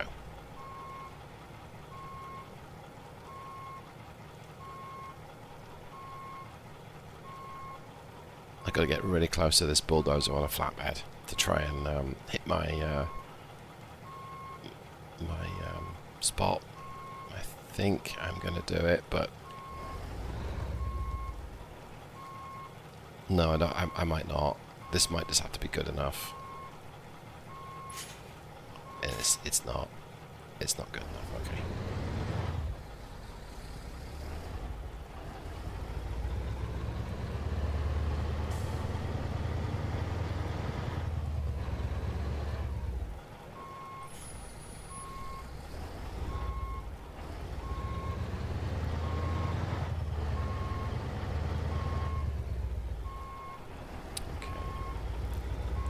Try and even it up. Come on. Managing to just not even it up. I think the game's being a little harsh on me here, but oh, yeah, there you go. Okay. I don't really think that that should qualify as being in the space, but it's going to work for me. Oh, I pressed the wrong button. T. There we go. Okay, so 592 miles, some of it like an utter lunatic, and it took me 25, almost 26 hours to do, and somehow I still managed 5 miles per gallon. That seems a little light. I would have thought I'd be heavier with that, because I was rigging this thing out. I mean, then again, I was doing 40 for a good chunk of it.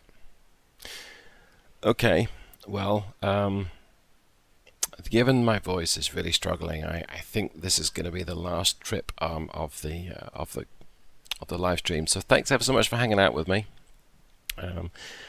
You know, yeah, it was just this was fun. I was planning on doing this a little bit longer. These are all things that she said, but I'm just struggling. So I'm going to need my voice when I go back to work tomorrow, unfortunately. So thanks ever so much for hanging with me today. I'm curious to see what people think of live streams. Do you particularly follow them? Are you bothered either way? Would you be up for convoying in a live stream? Perhaps that's something that that might be good fun as well. So let me know what you think. And well, thanks for your comment, Alistair. Yeah, let me know what you think. And if this is something we want to do on the regular, I might even plan it. Me and planning on weekends is something else. Anyway, thanks so much for hanging out with me, everyone. Have a fantastic rest of your day, rest of your week. I release videos Tuesday and Thursday at 7 AM typically, and I'll see you in the next one. Thanks so much, everyone. Goodbye.